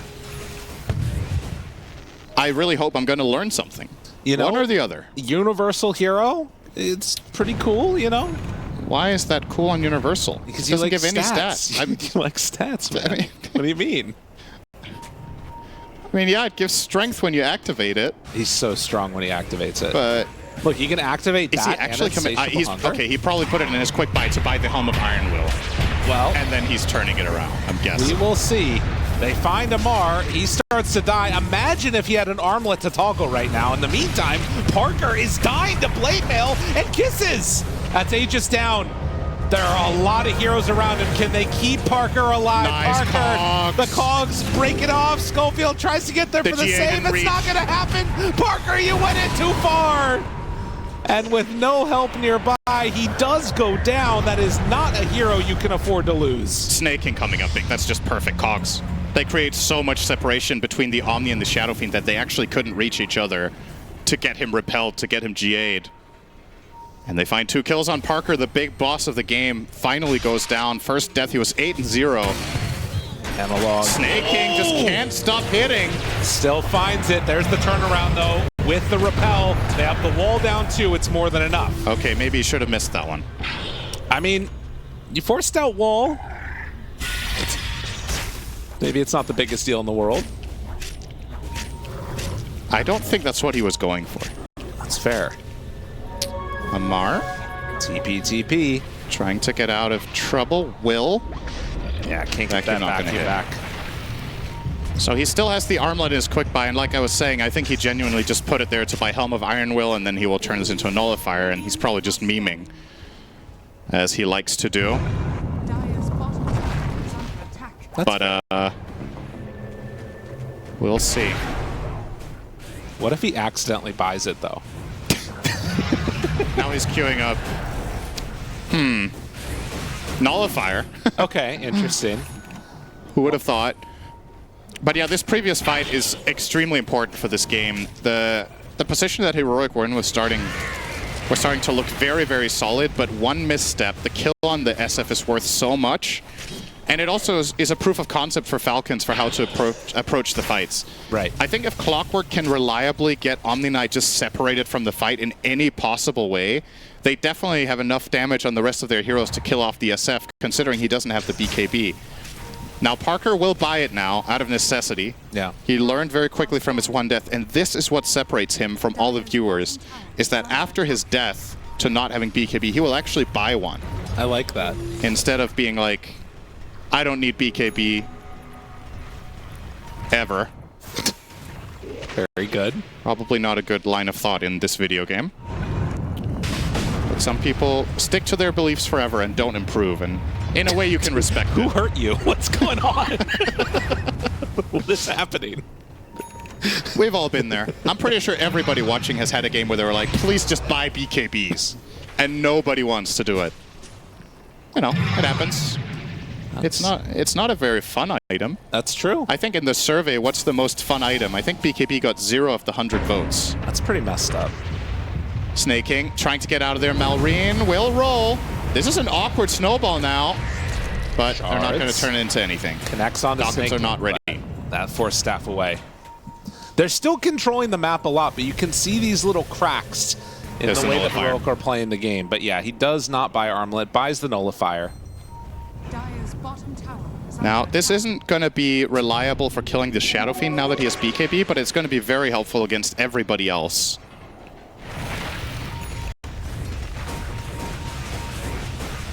Devi buys a Blink Dagger. After the Crimson Pipe, a lot of good auras here on the side of Heroic. Roche a minute before it's capable of respawning, while Falcons looking to try and take the fight first.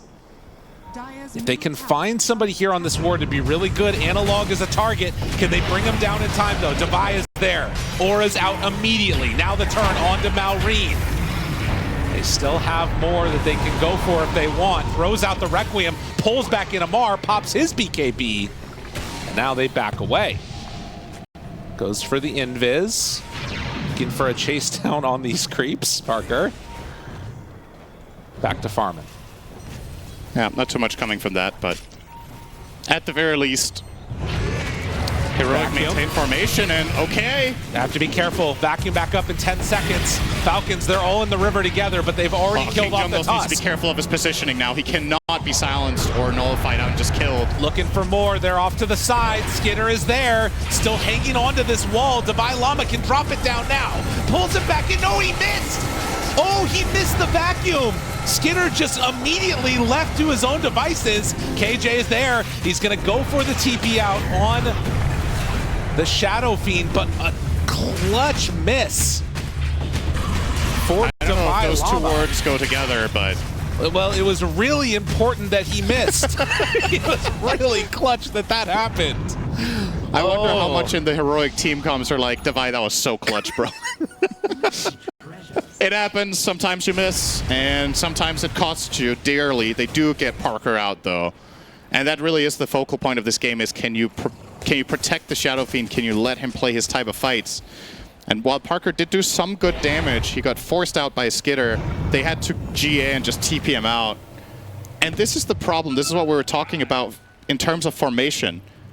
Schofield goes in a little bit too far, gets caught, and look at Amar. He's immediately identifying, if I start running around the outskirts of this area while my teammates are fighting in the center, he's just looking for King Jungles. Yeah. And for the Darks here. They're doing a pretty good job navigating around the left side. So credit to KJ here for getting his spells off. But yeah, with that repel onto the Primal, Parker just has to get out of there. And they GA him for good measure to make sure he makes it out. It might have actually been a silence and not a miss on that one. But regardless, whatever the case was, he got caught out and killed. And now tower down. Parker takes down that tower. Or excuse me, Skitter does. Parker is up top, though. Trying to bait out some type of a move. They roll onto him. KJ's still nearby. Okay. He's slowed by the Scotty, has to BKB. Divide kills Amar. He pops it! Oh, the turnaround! He TP's away. All right, that is a very, very, very smart TP. I would have turned and tried and killed Skitter and died. KJ is going to TP out as well. Both managed to escape well. When all's said and done, they just kill the Brood.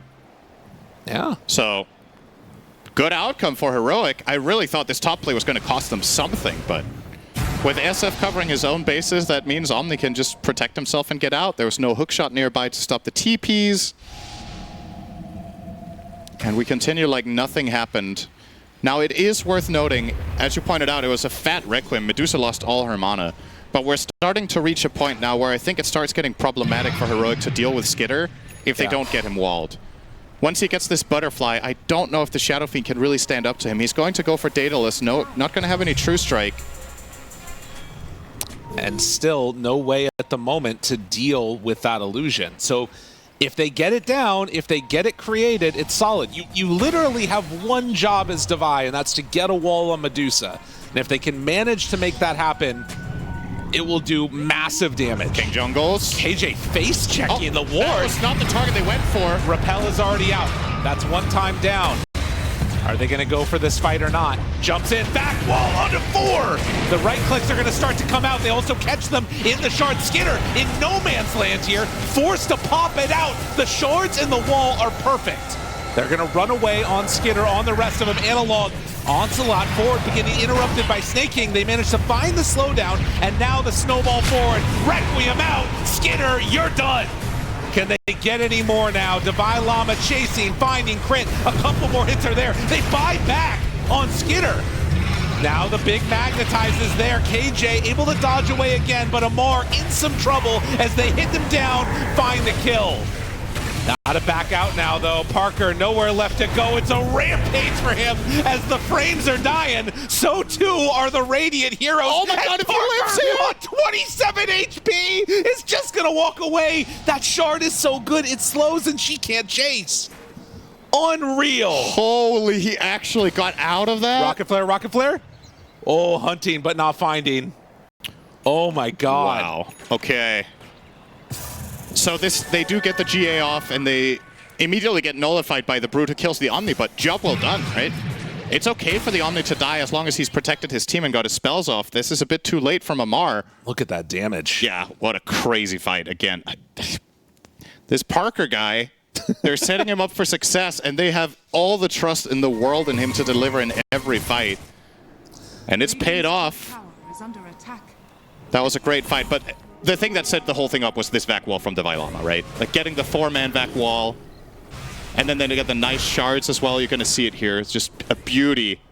This catch, sharding off the Medusa. And this is a very different story if Skitter has Pike. Yes. But he only has the Manta, so he kind of has to stand here and lose 1,500 mana. With a Pike, he loses basically nothing there and just gets out. And you could argue perhaps in his item build that that's a little bit of a mistake here, to not cover himself against this potential threat of the vac wall into shards to get that distance. And you see here, King Jungles, he will get nullified up, but he gets GA off on his teammates. He's already cast the repel on Amar. He's doing his damnedest to stand strong here, but when the BKB expires, he just pops. And now looking for more. A break and a hit, did not get a crit. Now the smoke up. Smoke on smoke. Skitter, Parker, they're out of it. 10K lead. Oh, they're in on Parker, they kick him in. Jumping again. Divine Lava, back wall, another great one. Parker pops the BKB. Requiem out, already dead on 2. Where's the rest of the help? Skitter is still off to the side, and the Medusa illusion was still doing massive damage to her. Snowball's there. If you fight around this wall, there's going to be a second salvo of vacuums. Skitter finds him, surge away. The other thing that is a problem in this is this Darkseer shard, Medusa can't chase in it. Like, if they want to disengage, she cannot run through it. I was going to say another problem is, will the server crash? Yeah, I know. Because with every team fight, I'm losing more and more frames over here. The vac wall, the spiders. It reminds me It's a new game. It's understandable it hasn't been optimized just yet, but we'll get there. A couple of patches to go. Surely. We'll find the root cause. It reminds me of watching China Dota from back in like 2015. Oh. Like lines of marching machines. Casting Chinese games online on the Perfect World servers was an experience that I have had. Yeah. Yes. Roche goes to Heroic. This one is Aegis and Banner, Roche number 2. They get the feather also on the Shadow Fiend. And dropping his boots onto his courier. Not even opting to throw it into his backpack. So many stacks right now, and a 15-1-3. He's a beast. He's a monster. I feel like at this point, you just, I mean, the problem is like they have the perfect answer for trying to all-in him, right? You just repel and GA. And it can't really do much against it. On top of that, he's got his own BKB to survive. He's hitting the tower. Tier 3 tower. Falcons are not ready. That tower's gone. Parker? Okay. There it is. They'll finish it off with the illusions. Progress being made here, and this fight is extremely difficult for Falcons. Parker has the Satanic, he has the Aegis. And Deviolama getting even more his way. Now a 9-second BKB on the Darkseer can very reliably get in there. Not have to worry about getting Orchided, not have to worry about getting stunned. Just needs to deliver one more of those big back walls and it could just win them the game. Falcons very much cornered in their own base. Still Have no Heroic cracked the code about this team? Most people going into this finals were saying not necessarily that it was a formality, but that Falcons definitely were the heavy favorites based on the tournament and them leveling up. But Heroic have really risen to the occasion and learned from their previous loss against this team what to do. The game is still absolutely not even close to over, but still, arguably already Heroic have shown more promise in this series than a lot of people were expecting them to. Little trample action. And, I mean, realistically, were it not for a couple of choices and various moves in game number 1, we might be staring at a 3-0 into favor of Heroic. Yeah, that was a possible outcome for sure. Drinking buddies walk up. Parker's in. This tower is dropping so quickly. As they roll forward, Giant Vine Snowball to disengage. But Repel is there. Damage out, feared. Now the wall. He didn't get BKB or Ghost Scepter off. He just gets changed on the dice. No buyback. And Skitter completely out of mana because of her own illusion. That's going to be a full set of racks. Easy peasy for Heroic. It could not have come simpler. As they will take down that range racks, move in towards mid. It could be Megas. Off the back of Parker here. How do you fight without the Malrine Earth Spirit? They chase. Got nothing off. The damage is there. They break, they back away. I think Parker's going to go and hit top. Why not? Well, maybe not. Oh, they find the Brood just dies like this. They hook shot in, but they don't break it. The Pulverize still going. Parker kind of isolated, but it's not going to matter. He has Satanic. A turn, they hit. Staking is gone. Now Skitter trying to run away, nice but you're caught in the shards. He's on the high ground, but they can't get him out. The cookie to get him away. Skidder trying to solve this problem. The biggest, baddest Shadow Fiend in front of you as they take it down. Another rack. Skidder's out of mana. They are just right-clicking away. He still has the Aegis. They finally bring him down. Floating above the haters. Parker comes back to life, takes down that range Rax, and they can go top. Falcons cannot afford another mistake like that from Malrine. When he's rolling in, the BKB needs to be instantaneous. You cannot get stunned on this hero. Parker's been so much of the damage, and they do it again. The back wall pull back. They're going to take him. Malrine's so low, and Skidder completely out of mana now. Died to his own illusions. How much more damage can they really hang on to here? Amar is just tickling him out on the side, but it's not enough. Analog off to the side as well. They'll throw out the Requiem. Parker, in celebration, takes Mega Creeps. They go for a hook shot. Can you really stop this? Divine Llama is TPing out. And Parker decides to back away. The roll in, try and kill him. Wait a minute, they actually have it. They take down the Shadow Fiend. The damage is done, though.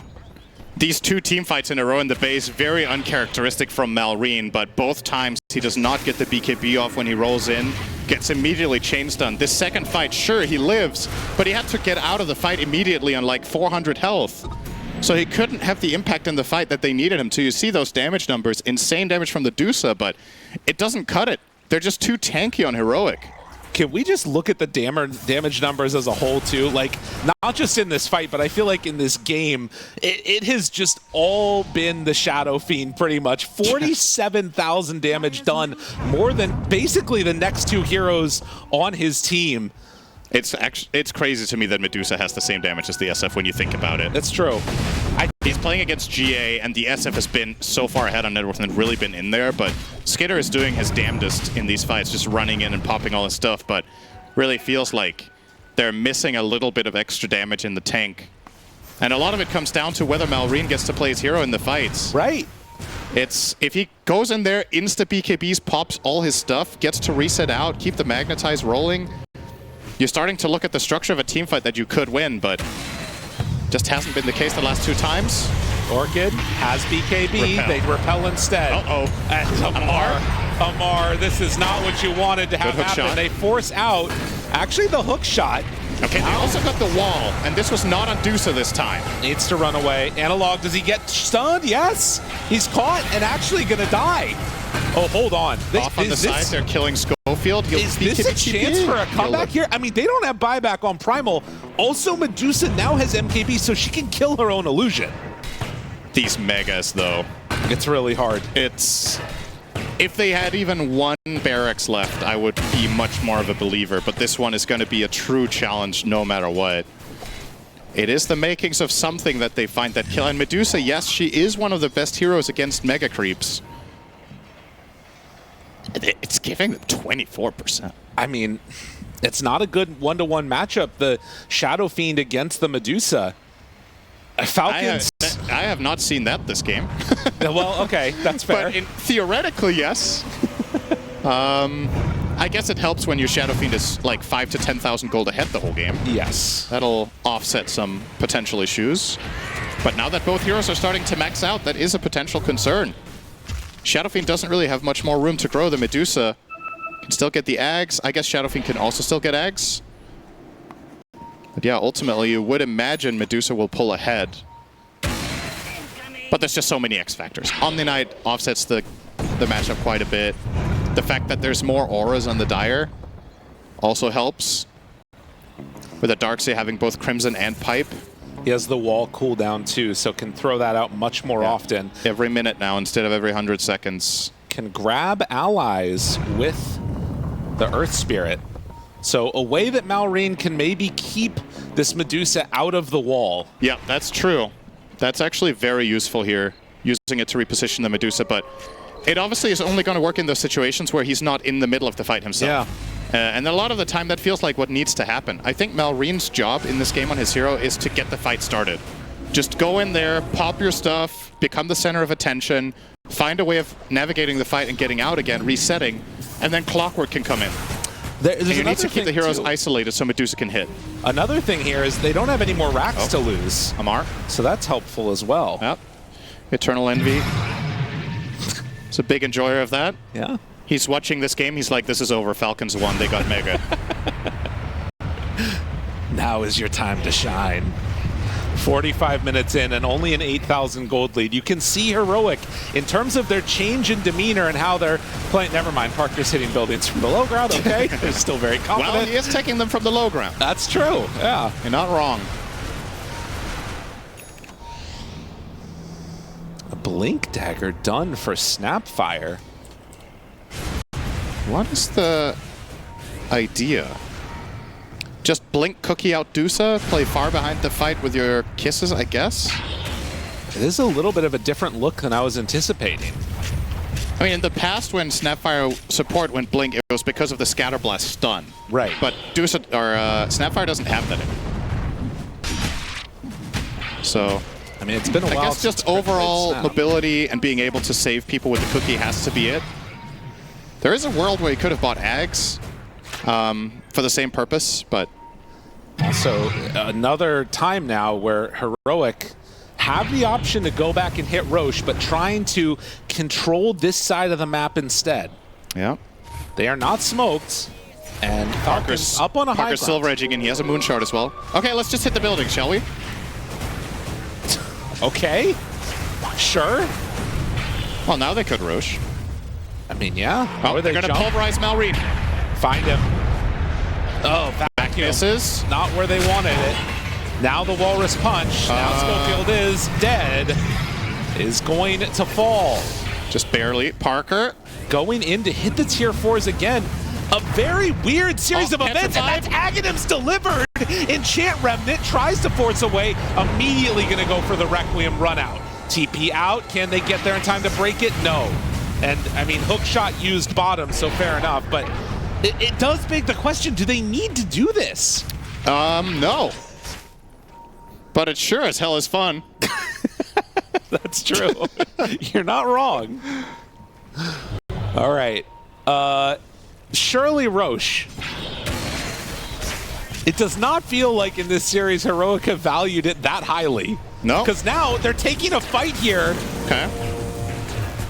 They are getting out, though, so this Medusa illusion actually getting mana burned by the cogs. That's one way to kill it. Sure. It's gone. It's not that big of a deal, though, to throw out a casual wall like this now that it's a 60-second cooldown, though. So true enough. Not really a big deal here. And at the end of the day, Falcons are still mega'd. It's crazy to me that somehow in this time period, though, Falcons have been able to, like, lower the gap. Yeah. Well, Heroic have run at them and died a couple. That's fair. So that's... So this will go down, an Aghanim Scepter in hand. It feels like Tusk would be pretty good for this one. The other option, of course, is KJ getting it and having global GA, but they're going to go for Analog. Or I'm not sure who has it, actually. They're still passing it around. They gave it to Darkseer, right? Interesting. Normal punch. Get a reliable Medusa illusion. Yeah. Not bad. Oh, they find Malrine. Tries to go in for the punch. TP out. Did not save the Walrus punch. What? Didn't you have it the whole time? Ghost Scepter. Just wearing Oh, he was Ghost. Okay, okay. Yeah, I got confused. I was like, what the hell? There's no way he messes that up. All right. So he gets out. Will have the Medusa illusion with the punch. The one thing that does sometimes happen, I feel like, is that you end up putting yourself in a bad position as Darkseer to get the punch, and then you just die. That's where his BKB is quite handy, though. Yeah. I think you can pretty confidently get it. Malrine. This time he won't have BKB. Very slowed by, and they drop the wall. Already down. Parker looking for more. Walks up high ground. Vacuum back. Jump in. Pulverize there. Immediately broken. Snaking in. Skinner doing good damage. Trying to onslaught to get away. Schofield still playing around with them a little bit. And now Parker walking into Falcon's base. They're still kind of chasing them in zoning them out as Parker hits the tier 4 towers. Nullifier down, Schofield in trouble, Repel is there, still waiting for an opportunity. They break and hit, and Shadow Fiend forces them back, but that's a BKB from Medusa. Will back away though. Malrine. Damage down, Malrine is dead. Skinner was battling Parker. In the meantime, they don't get what they need. Disarm now onto Medusa. Analog tries to back away. Amar looking for a target. Immediately out. They find him again. Parker is down low. He's dead once. They get the punch now onto Amar, but look at him. KJ is getting destroyed. Needs to go for the surge away. Babel to get a little bit of separation, and the slow keeps him alive. Barely walking away from that one. A buyback from Schofield. And Falcons hold. Yeah, they're still hanging on. They didn't really lose much on that. Their tier 4s are still alive. I mean, Parker did some damage to the bottom one, but they didn't really progress the game. And that's their Aegis down. Clockwork has a Hex? Oh my god. Another way to deal with the illusions. Yep. It'll help. Oh man. Oh, Skitter. They're in there. Shards. Good shards. Runaway Gorgon Grasp. Still hits him. Now Nullifier has BKB, might need to pop it, hanging on to it for the moment. They throw it out once and now trying to walk away. They will manage to get the Shadow Fiend out without popping BKB. Dude, I don't know if I can handle these games. This is so stressful. What the hell? How are these players playing this? It's only Falcons' 3rd game of the day. That's true. It is Heroic's 6th, but you could argue that they've gotten used to it already. Although their series against Tundra was not... Every game was not like this. No. So... 52 minutes in, and we have come to expect from these two teams mega creeps, looking for comebacks, getting to 60-minute items. Parker now has bottled an amplified damage rune, and we have seen him be willing to just pop BKB and hit buildings. I don't know if he wants to do it here. The other thing is we're reaching a point in the game where we should start theorizing some rapiers, right? Because Medusa is going Swift Blink over it. Shadow Fiend is... I mean, it's Parker. He buys a rapier every game, so he's probably getting it eventually. True. Basher on Brood. Big item here, actually. Octarine Core for Darkseer and a Dagon being built for Snapfire. So finally coming in with that answer. Medusa illusions hard to deal with. Rocket Flare out, the punch, the wall, down onto Skinner, vacuum back, caught in the cogs. Look at the damage come out. Snaking has to go for the Ghost Scepter and then the walk away because these illusions hit mighty hard. And now they run in. Analog able to get control over Clockwork for the moment. They have the Pulverize onto Skinner. Try to hit, see if they can kill her. BKB wearing out. The heal comes in. Parker staying alive, and there's the damage that they need. Medusa in trouble. Disarm, dead.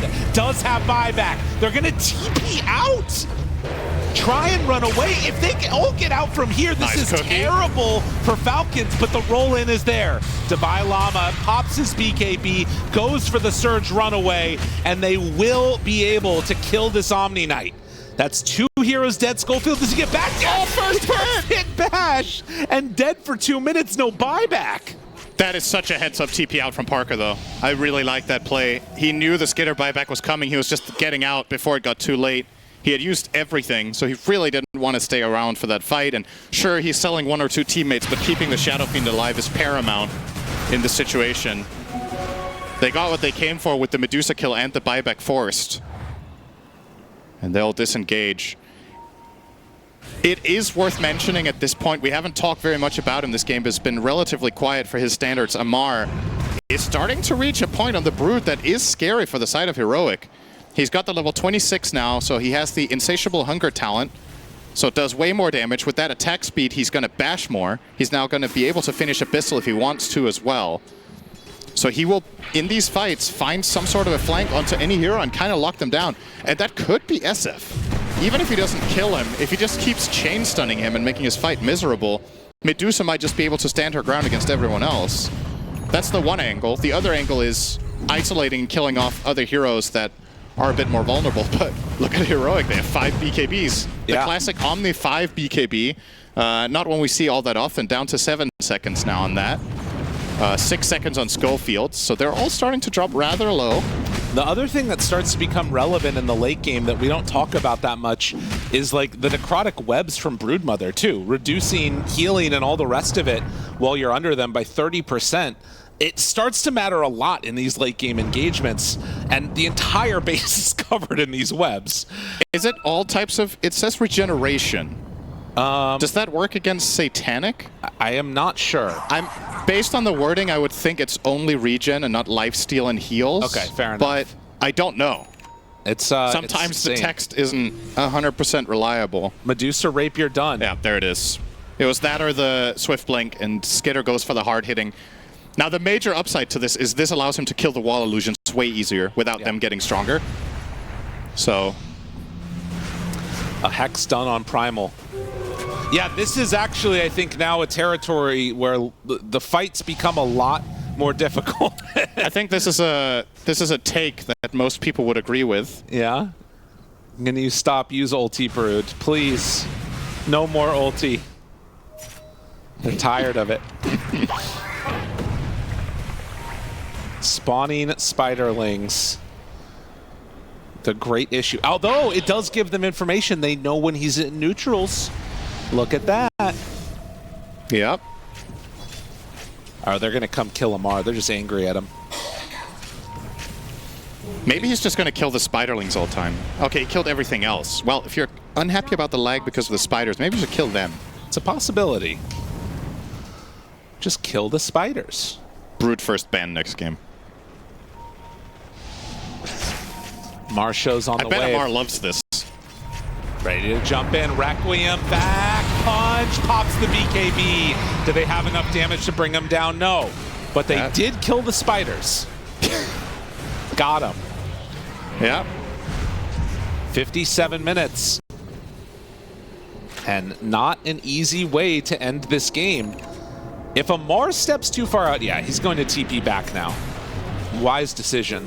He's 100 gold away from buyback after buying the Abyssal, so they'll probably let him take a couple of creeps to secure that. Heroic still rather hesitant about trying to finish the game. I'm assuming they want the next roast. We're 25 seconds away. This one's going to spawn on the Dire side. Another Agadem's going to be available. I mean, everybody kind of has a nice one, I think. Yeah, I think the Tusk one is possibly the best here. Just kick Medusa either away or behind your own team. Just kick her anywhere. Yeah. It doesn't matter. It's good in either direction. The Omni Knight one is nice too, though. Yeah. Because it removes the problem for King Jungles to get in, but at the same time he has BKB, so is that really that big of an issue if he plays it properly? I know. That's Probably fair. Probably not. Roche is up. They know. They see it, and they're going to go back for it now. Wonder if Falcons are going to try to contest this at all. We're reaching another important part of the game for the Falcon side defensively. Malrine is almost level 25. Very, very late in this game. But that Undispellable Magnetize is going to start playing a pretty major role in their defenses, as all of Heroic have a means of dealing with it currently. Or at least delaying it. When he gets that Undispellable one, will be a bigger problem. So, Analog at the moment taking the Aghanims and does ingest it. So, more gold into these cores. We'll see what they decide to do with it. Darkseer working on a refresher. For side of Schofield, it's a Heaven's Halberd, as Crit will try and get away. We are 1 minute away from tier 5 neutral items. Could be a big opportunity here. For the side of Heroic, you have the map control, can try and keep Falcons from getting a set of tier 5s, and then make a fight happen when you've got yours. Nice banner. Where's the banner? Using it as a ward. Good. Very nice. High ground here. Free award. Don't hit the creep, stack them. No, Parker, why? How many more banners do they have? Just the one, right? Yes, they have one on Omni. No, they have two. Okay, they have two on Omni. Wait, they have one. They have two? One? Two? One? They have one. One. Okay. Very good, Syndred. Good. I'm good. I'm good. Just starting to see double. 60 minutes. Let's see it. Clockwork caught. Primal just pounding him to death. A lot of lag there as Snake King starts to fall. He has a Hex, because that's a thing. And now Devi Llama shows up. That should be enough to secure the kill. Misses the hook shot on the cam. And no creep there. And one punch, Snake King is done. Amar getting out onto Ancients, actually. And it's an Apex for Shadow Fiend. 5H tick servers. He's a very big Shadow Fiend. He hits mighty hard right now with this Apex. 637 damage on the Shadow Fiend.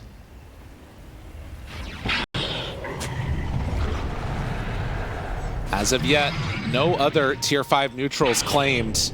Maybe this will be enough where Parker feels confident to walk on in and hit the building. Requiem out immediately there. Buyback comes from Clockwork. They roll in with Malrain, able to find him, but the repel has already come out. Now Amar starts to drop a little bit low as they back away. Another round of the Requiem. In the meantime, Illusions are hitting the Ancient, and Parker Illusions are hitting the Ancient. They need to deal with this. Roll in, trying to find him. Parker turns, punches Malrain, killing himself on Malrain. All of Heroic is going to try to run away. Schofield, in the meantime, cannot get away from Amar, but when Parker shows up and now they snowball to the creeps, they have some good damage there. Vacuum crit inside of those shards, but Parker has already killed them. The creeps are winning. The creeps are taking it down. The Ancient is exposed. At this point, you can probably just BKB and walk in, although the Hex, the turnaround, forcing out that surge, and then the GA. Analog has Amar, gets that kill. Now the buyback comes that direction as well. Skitter's still hitting very hard, does manage to kill the Tusk. Parker goes for the all-in play, but they're gonna pop the clip. Wait a minute, Parker has to back out. They got him controlled, the bash is there, the break, the damage. Do they have enough? Yes! That's one life down. Analog trying to stop all of this. They have the disarm, but Skitter still hitting. The Ancient, though, is still being hit by these creeps. Can they get damage onto it? Parker tries to run away. Skitter is out. The creeps are winning. The creeps are winning, and they get it! The creeps of all. It's through. I'm terrified. Should we be terrified? I don't want to read too much into this and speculate too much, but I saw Malrain's facial expression when that hero got picked. And we didn't hear it in the coach interview. I think a lot of the times if something like this does happen, AOI himself will actually bring it up, but I genuinely wonder if they kind of forgot about it in the end. They've been banning it first phase the last 3 games. Sometimes you're going to let something through and be like, we'll deal with it later. But ultimately, it comes out, it's the very last pick for Heroic here, and they choose to run with the Puck in the end, which you heard from AOI there's not the best catch for Puck. I still feel like Monkey King has looked really good against this hero in general. Yes. I don't think the heroes necessarily have to lane against each other for that to be true. But we'll see. Maybe they didn't forget about it. Maybe it was by design. And maybe, you know, sometimes you just catch a player in a weak moment on camera. Ooh, Analog given the question mark and the immediate buyback. Malrain not wanting to miss those creeps, but still never feels good when you see your mid buyback at minute 130. That was really, really close. I think he got baited by the Fairy Fire. Wait a minute. What's going on here? Sin, they're actually going to beat down Skitter too. Hold the phone, Falcons. It came to play in game 2, but this one, it's looking a little bit spooky. Holy moly, man. They're getting kills all over the place. Good start for Heroic.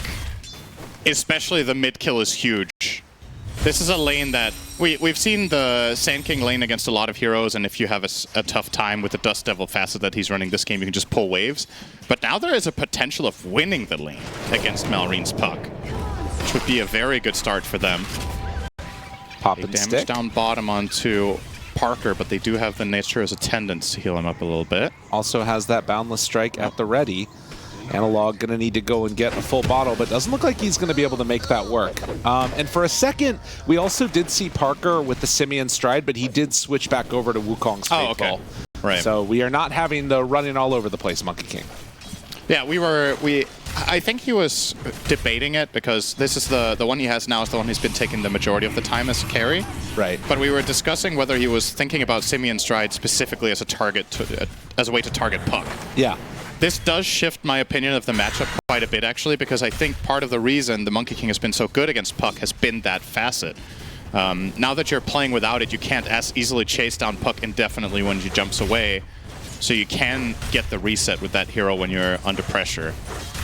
So I do think, for me, that is good news for Malreen's game specifically. It's bad news for everyone else, because I do think he's got a lot of value out of the Wukong's Faithful, but for the Puck, I do think you'd rather not play against Simian Stride. Fair enough.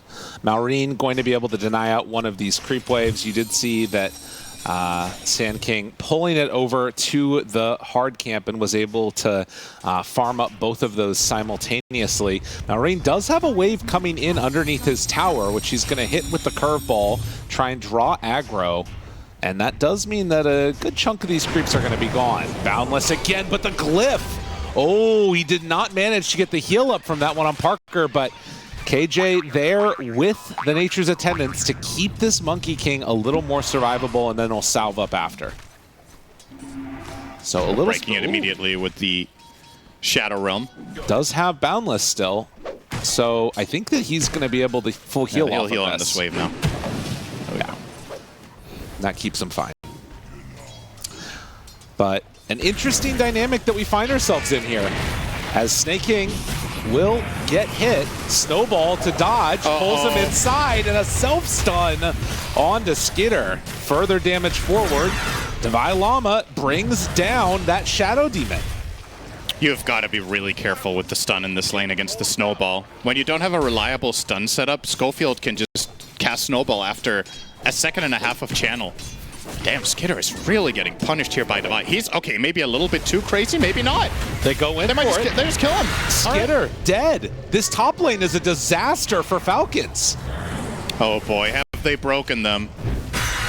This is the most one-sided early game we've seen in this series. 2k gold at 5 minutes, and it's also the first time that Heroic have really had this big of a lead or a lead in general, it feels like, in the early game, at least to this extent. We've not seen that.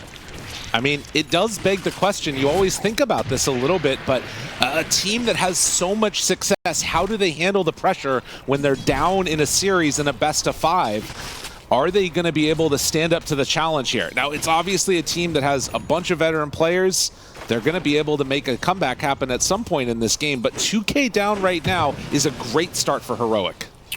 And they have some good matchups later in the game. This time around, they have Timbersaw against Elk and Bristle.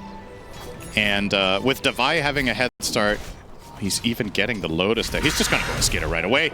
Skitter. Down to half. He'll live, but the pressure in this lane is massive. Coil. Trying to find this kill, but he snowballs him out of Coil?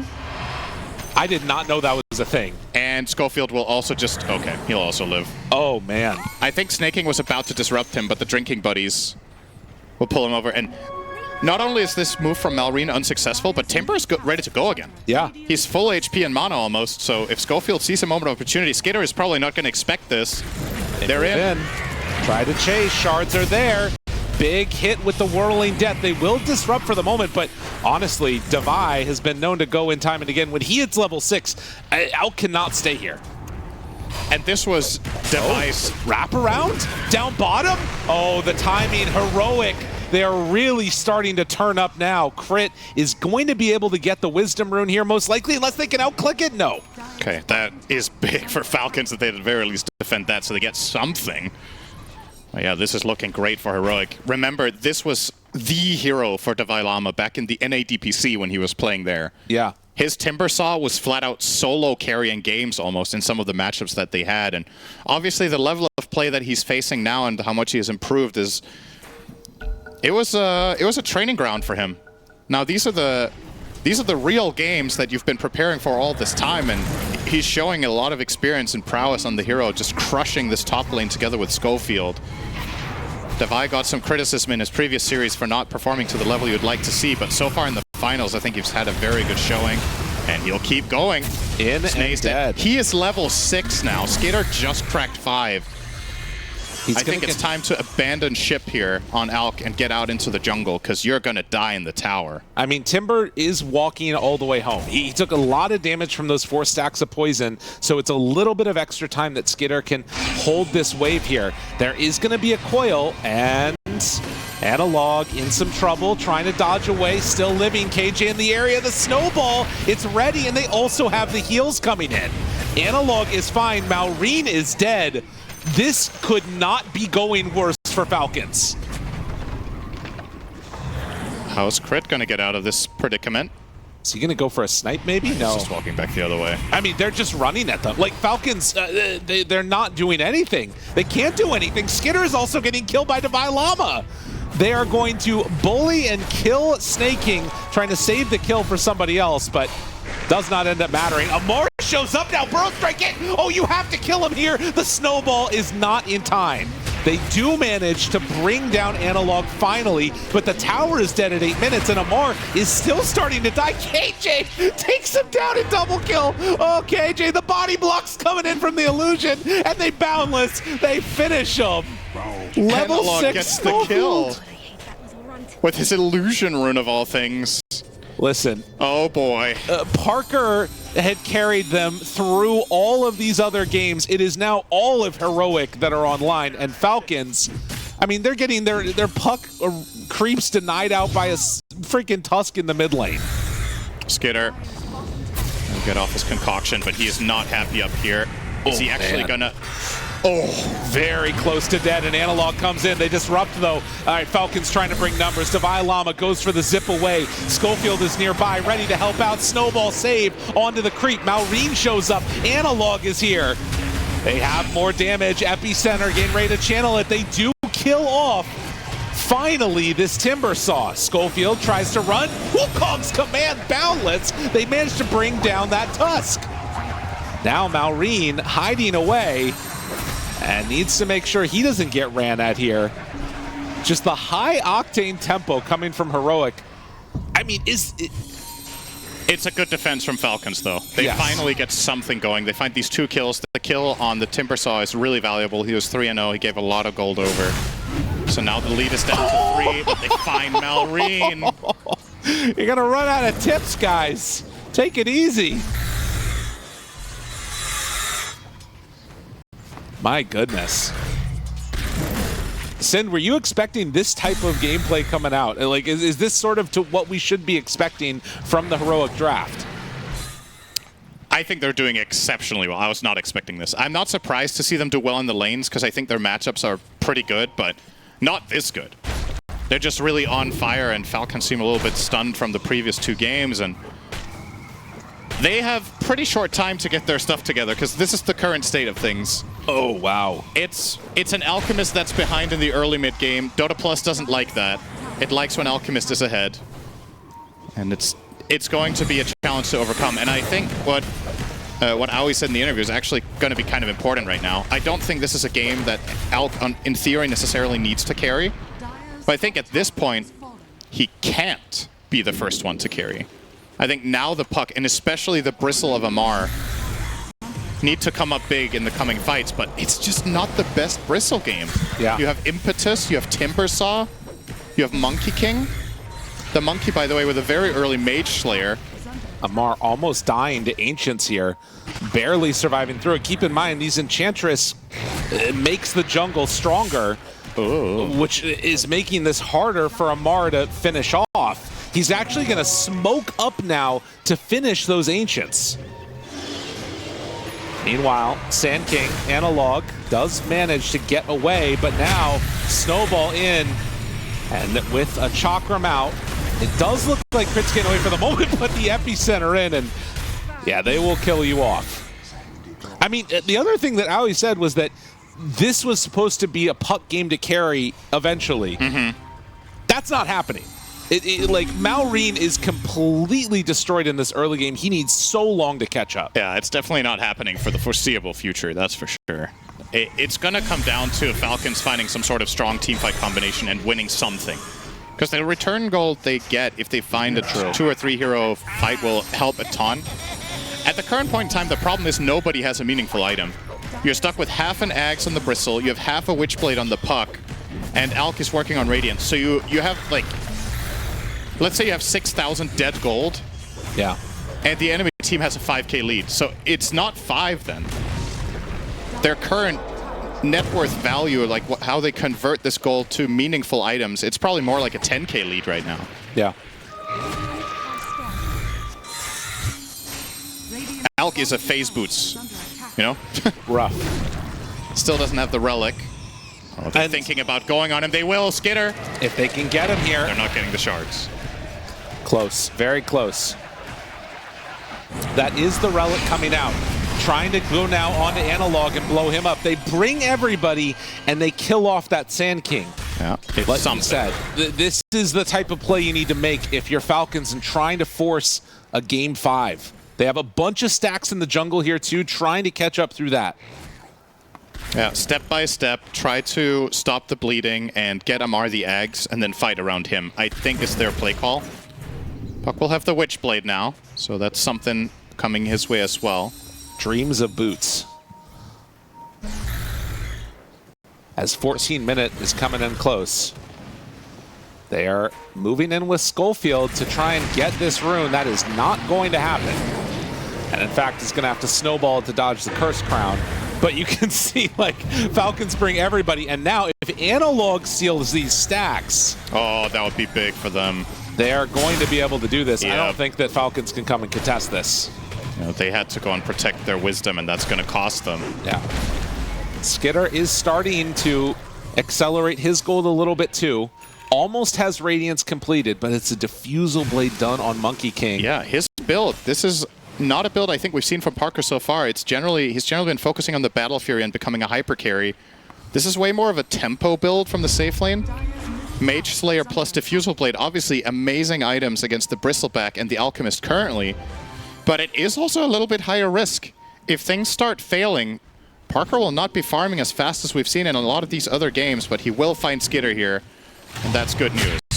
Diffusal Blade, and obviously not having anything else really to answer to this. Now Parker will throw out the Wukong's command. Boundless Strike is there, completely out of mana. Hex, but walking away.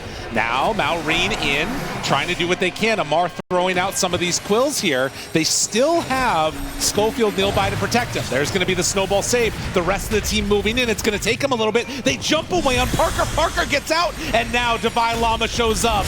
A whirling dervish of damage as Skitter tries to get away, but they chase down this Alchemist. He is going to die.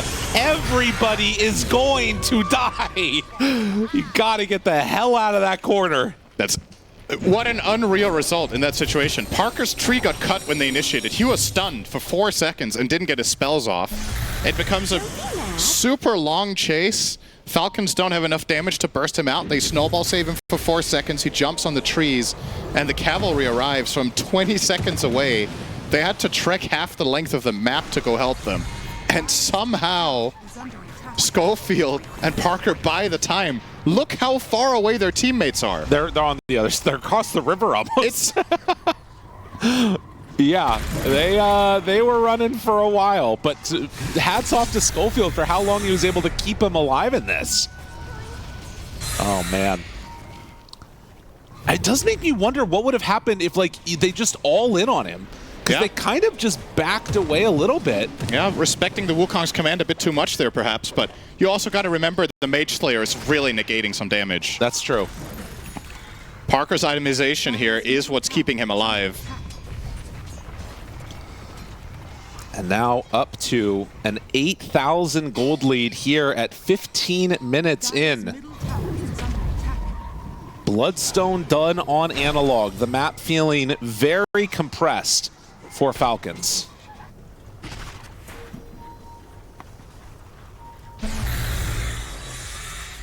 And at this point, like you said, there's always this worry now with no Battle Fury and Monkey King. Do you think that, like, he has to be staying out there getting kills, or is it just that, like, he can't afford to lose fights? Oh, hang on. Okay. I think if you're playing on the enemy side of the map, it's okay that you're less rich than usual. So you don't have to stay super farm, but obviously you have to stay relevant. Right. But I think playing a constricting playstyle on Monkey King here is okay. If you're hunting but that's where it comes into play that you don't have Simian Stride, in my opinion. Right. Now that he doesn't have that, he's not nearly as good at just jumping around and finding and killing the Alk. So things will take a longer time, but I mean, I can't talk against the amount of lead they have. They're 8,000 gold up minute 18 against Alchemist. It should be pretty straightforward as long as he finds good enough farm and they keep controlling 60-70% of the map. They don't need Parker to be the monster that he's been in so many games, because this time around the other two cores are also filthy rich and have those good matchups.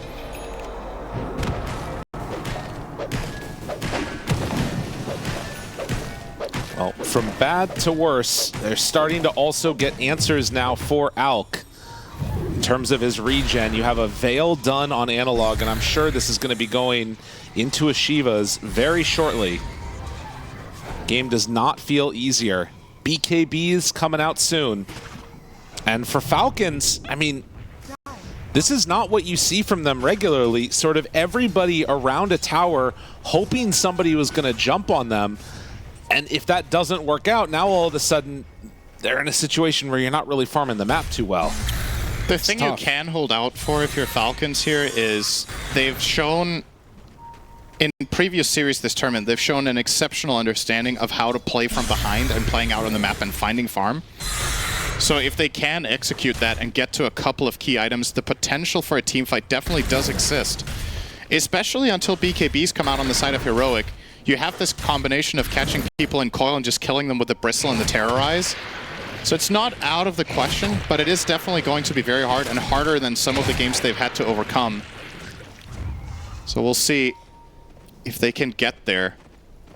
Heroic are not slowing down. Snaking will break a smoke here. He's super dead, but that's okay. All things considered, this smoke, they were hoping for a better target. They'll have to settle. Devi will blink in and take that one on the Timber. Getting closer to these BKBs. And what has felt like, at various points in times throughout this series, usually Falcons taking some type of a lead, Heroic being able to pull themselves back into it. Now we're in a situation where it's very much Falcons that are going to need to buy enough time. And as you can see, Malrine able to escape from that one. That was plan B. He was trying to go through the gate, and then he got stomped by a Centaur creep from Ench, and instead he's forced back to base. So it might not seem like the biggest of deals since he escaped, but think of the efficiency he's missing and what the objective is for Falcons in the game right now. Yeah. The fact that he doesn't get to cross the map, he's losing a lot of GPM right now. Because now he's stuck in mid, and he wanted to be bottom and play all of this bottom range of the map and just get all of these camps. Instead, he has to settle for one wave. Yeah, it doesn't feel good. 20 minutes, Tormentor up, and Falcons in position where they would normally be taking it. Heroic are coming in. KJ is right on top of a ward. They try to set this up. This is an interesting idea for a fight. I mean, again, this is before Heroic get a lot of their items. Thinking about going. They do have the Bloodstone and almost the full Shivas, though. Jumps in. He got the Wisdom. Schofield gets it. Now Wukong's down. They'll back out on Heroic for the moment. I mean, that's good enough for Heroic. They don't have to brute force anything here. Skitter? Are they the ones doing the brute forcing? Able to burrow strike away, still got caught by that fear, and now Devi Lama backline finds Malrine. Schofield tries to back away. That's a coil only on a Tusk, who will be able to snowball to extend this a little bit longer. And in the meantime, they're just destroying the backlines. Now, the Heroic do not have Wukong's command. Boundless out, able to hit, but Skitter in a lot of trouble now, trying to escape from this one. The epicenter is there. Do they have anything to keep him alive? They buy back on the Shadow Demon, 2 dead. Devi went too far. Malrine is going to fall to the impetus hit, though. And with that, is the fight going to break down? No, because they're still willing to go forward. Parker finds a kill now onto Crit. Amar Impetus just dying to the right kicks from KJ. Skidder tries to throw out a stun. Still a lot of heals are there. The continued action as they chase down and kill Amar. Parker able to find him. Skidder now getting hit. They're out of mana on this Enchantress. Still looking for the chase down. Skidder throws a stun, tries to back away, but I don't know if Parker's going to stop here. This is a bit too crazy, Parker, and he knows it too. It's hard to quantify this, but you just feel it when you see the fights. Holy shit, this Mage Slayer is doing a lot. Yeah. It's actually crazy how much this singular item decision from Parker is influencing every single fight. He keeps making sure to hit the bristle, he keeps making sure to hit the puck whenever possible. And you can tell Falcons are struggling to bring heroes down with this damage mitigation. It's just working wonderfully in this game. And it was kind of close, as you pointed out. They were starting to find the kills. They find the one on Timbersaw eventually. And a lot of it is coming from that bristleback. But if they can't keep the heroes contained and if they can't keep the bristle away from the Mage Slayer, it does get a lot harder to get the job done. 21-7. And still a situation where, at least for now, Heroic have been able to get complete control over this game. They are going to head on into the pit now. Roche back up again. Just play, says Amar, as a lot of smiley faces in King Jungles with perhaps go into perhaps the the call of the tournament. Fake like in pubs. Oh no. Oh, don't bring the pub beef into it. Uh-oh. All right, Lamar's smiling. It's fine. It's fine. Everything's okay. I think Divine needs to be a little bit careful with awakening the beast here. If he's reminding Amar of the pub games, that's when he's going to bring out his A game. Oh, one. Schofield with a more logical take. That's right. We have more ping than you normally. That's right. That was his contribution to this conversation. That's all he had to say.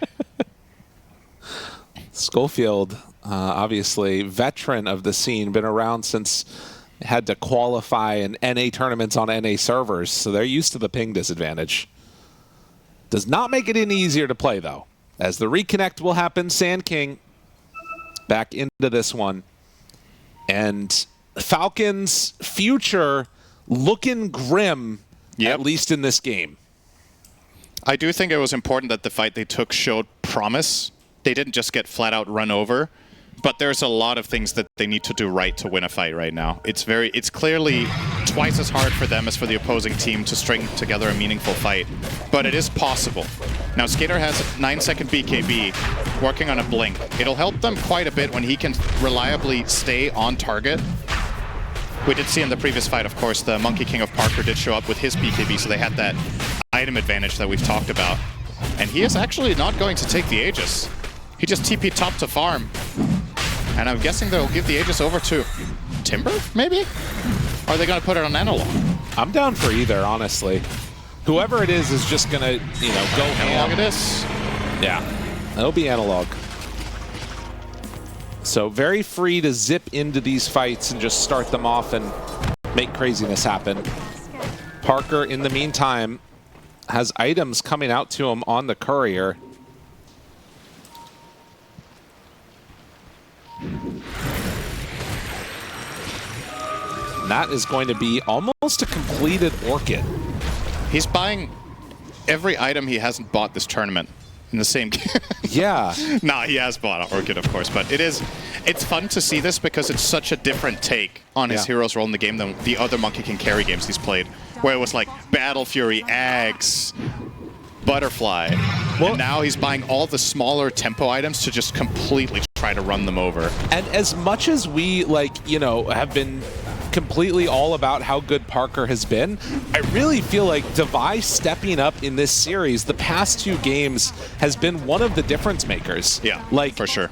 Him being able to carry the early stages of these games has allowed Heroic to find a different way to win than just Parker going crazy. Absolutely. So, Stun throws it out. Can they kill off Analog? This is the Aegis carrier. He won't die. Now the turn, Skidder down to low HP, does not pop BKB. Keeping a hold of that one, not afraid of dying. Went for that play without the coil, so they just did a concoction into Bristle Burst, and it's not enough. with the Shiva, Analog is tanking a lot of damage. Still not try great again? No. tower hitters on the side of Heroic. They have played, at this point, 6 games today. Yep. And going high ground, still the great equalizer. Is that a shard for Monkey? Yeah. Looks like it. So he's going to have the Boundless Strike connector, or escape, depending on the situation. So what does the dream fight look like for Falcons here to pull them back into this? Heroic stack up 5 heroes, and you cast all your spells on them, and they all die. Very good, thank you. That's so great. Ask a better question. I'm glad you're the analyst here. They jump We'll in, get out. and he's Boundless going was to on TP cooldown. out. All right, you get a mulligan. All right. What does a realistic, decent fight look like here for Falcons? Oh, that's much better. Thank you. You're a fast learner. That's a good question. Ideally, I think if you can coil Tusk +1. Okay. Oh, all right. Hang on to Mars. Okay. Well, that's not the ideal fight. This is far from it. Okay. If you coil Tusk +1 and you terrorize them and Bristle gets to get off his Bristleback ability during that, ideally while they're in Acid Spray. And it might sound like a lot of conditionals, but it's actually not that unrealistic. Right. That you get to combine those spells. Ideally, you kill the Tusk there, and you don't have to get more than 1 kill necessarily, but you need to put so much pressure in the fight that Heroic are on the back foot and have to retreat. But currently, they're very much on the front foot, pushing the high ground. Amar does not want to buy back for this. There's absolutely no way he's going to do that. So they have 10 seconds for free. They find the Snake King, man. He is in trouble, going to die. Now stunned. Onto the Monkey King. He is hitting very slow on Skeeter. Seeing if they can find this finish, though. He does not have, Aegis on Parker. Being brought somewhat low, hunting for more. Oh, dodges away and back up to full HP. Never mind. Now Maureen caught. Maureen killed. He has buyback too, but if you buy back on Puck at this point in the game, it is so painful. Tusk is buying back instead. Okay, not wanting to give them an opportunity to take a good fight. Schofield always there as a support to help out his buddies. Boundless hits in, Analog onto Amar, taking too much damage, and the Mage Slayer means he cannot live through it. Oh my god, they just can't. It feels so bad. It feels like damage issues. That has been the story for a lot of the games we've cast this tournament. When one team gets ahead, it's just hard to pierce through their defenses. And for Falcons, if you don't layer your spells perfectly, if you don't have all the heroes, it's what you see Heroic taking advantage of there. They know when Bristle is dead, they can get away with murder, and they just go and push the high ground immediately, recognizing that Falcons just can't kill the cores without this Bristle. And then, subsequently, the spells from Falcons have been used, so when Bristle's alive, they've already killed the Puck, and they can just keep going. It's just so clean, it's so simple. And at this point, we're reaching the territory where you need to pull off an absolute miracle, honestly, to pull this one back for Falcons. And can you believe you're saying that minute 29? It's crazy. It's definitely not been the story of the tournament, but this is probably Heroic's best performance as a team in any individual game. And it's just the perfect game to do it. It's when it matters the most. It's when you can win the championship here. All their players are shining. All they need to do is be able to break high ground a couple more times. They would be the first South American team to win an international LAN ever. This is the Hail Mary. I feel like if this play fails from Falcons, it could just all be over. Trying to get a wrap. If they find Davai, he's honestly a tough kill with a Lotus and Kaiasange. He's very tanky. Amar shows on the wave. Yeah, he's just blink breaking the smoke. He knows they're there. Thinking about going, but it's They're a on to stun. Schofield. And they'll immediately caught. They coil only him. It's not enough. It is not good enough. Davai goes through the entire squad. Amar is gone. Falcons, they're outside their base, and they don't have a hope in the world right now. Snake King getting whittled down. Triple kill for Analog. The long-range stun reflected back onto Skitter, and, well, he is also getting out of here. Immediately, Maureen comes back in and is almost dead. Ultra kill for Analog. This Sand King is way too big. Mass buybacks. Falcons have to get something here. Have to get anything here. They're looking, they're hunting. Analog hitting onto all of them. Dying, dead. That is a dieback for Amar. Nothing left in the tank here as Skinner is going to self-stun. They get the disruption, trying to keep them alive, but all of Heroic grouped together. GG is called. Heroic are going to take the victory. What an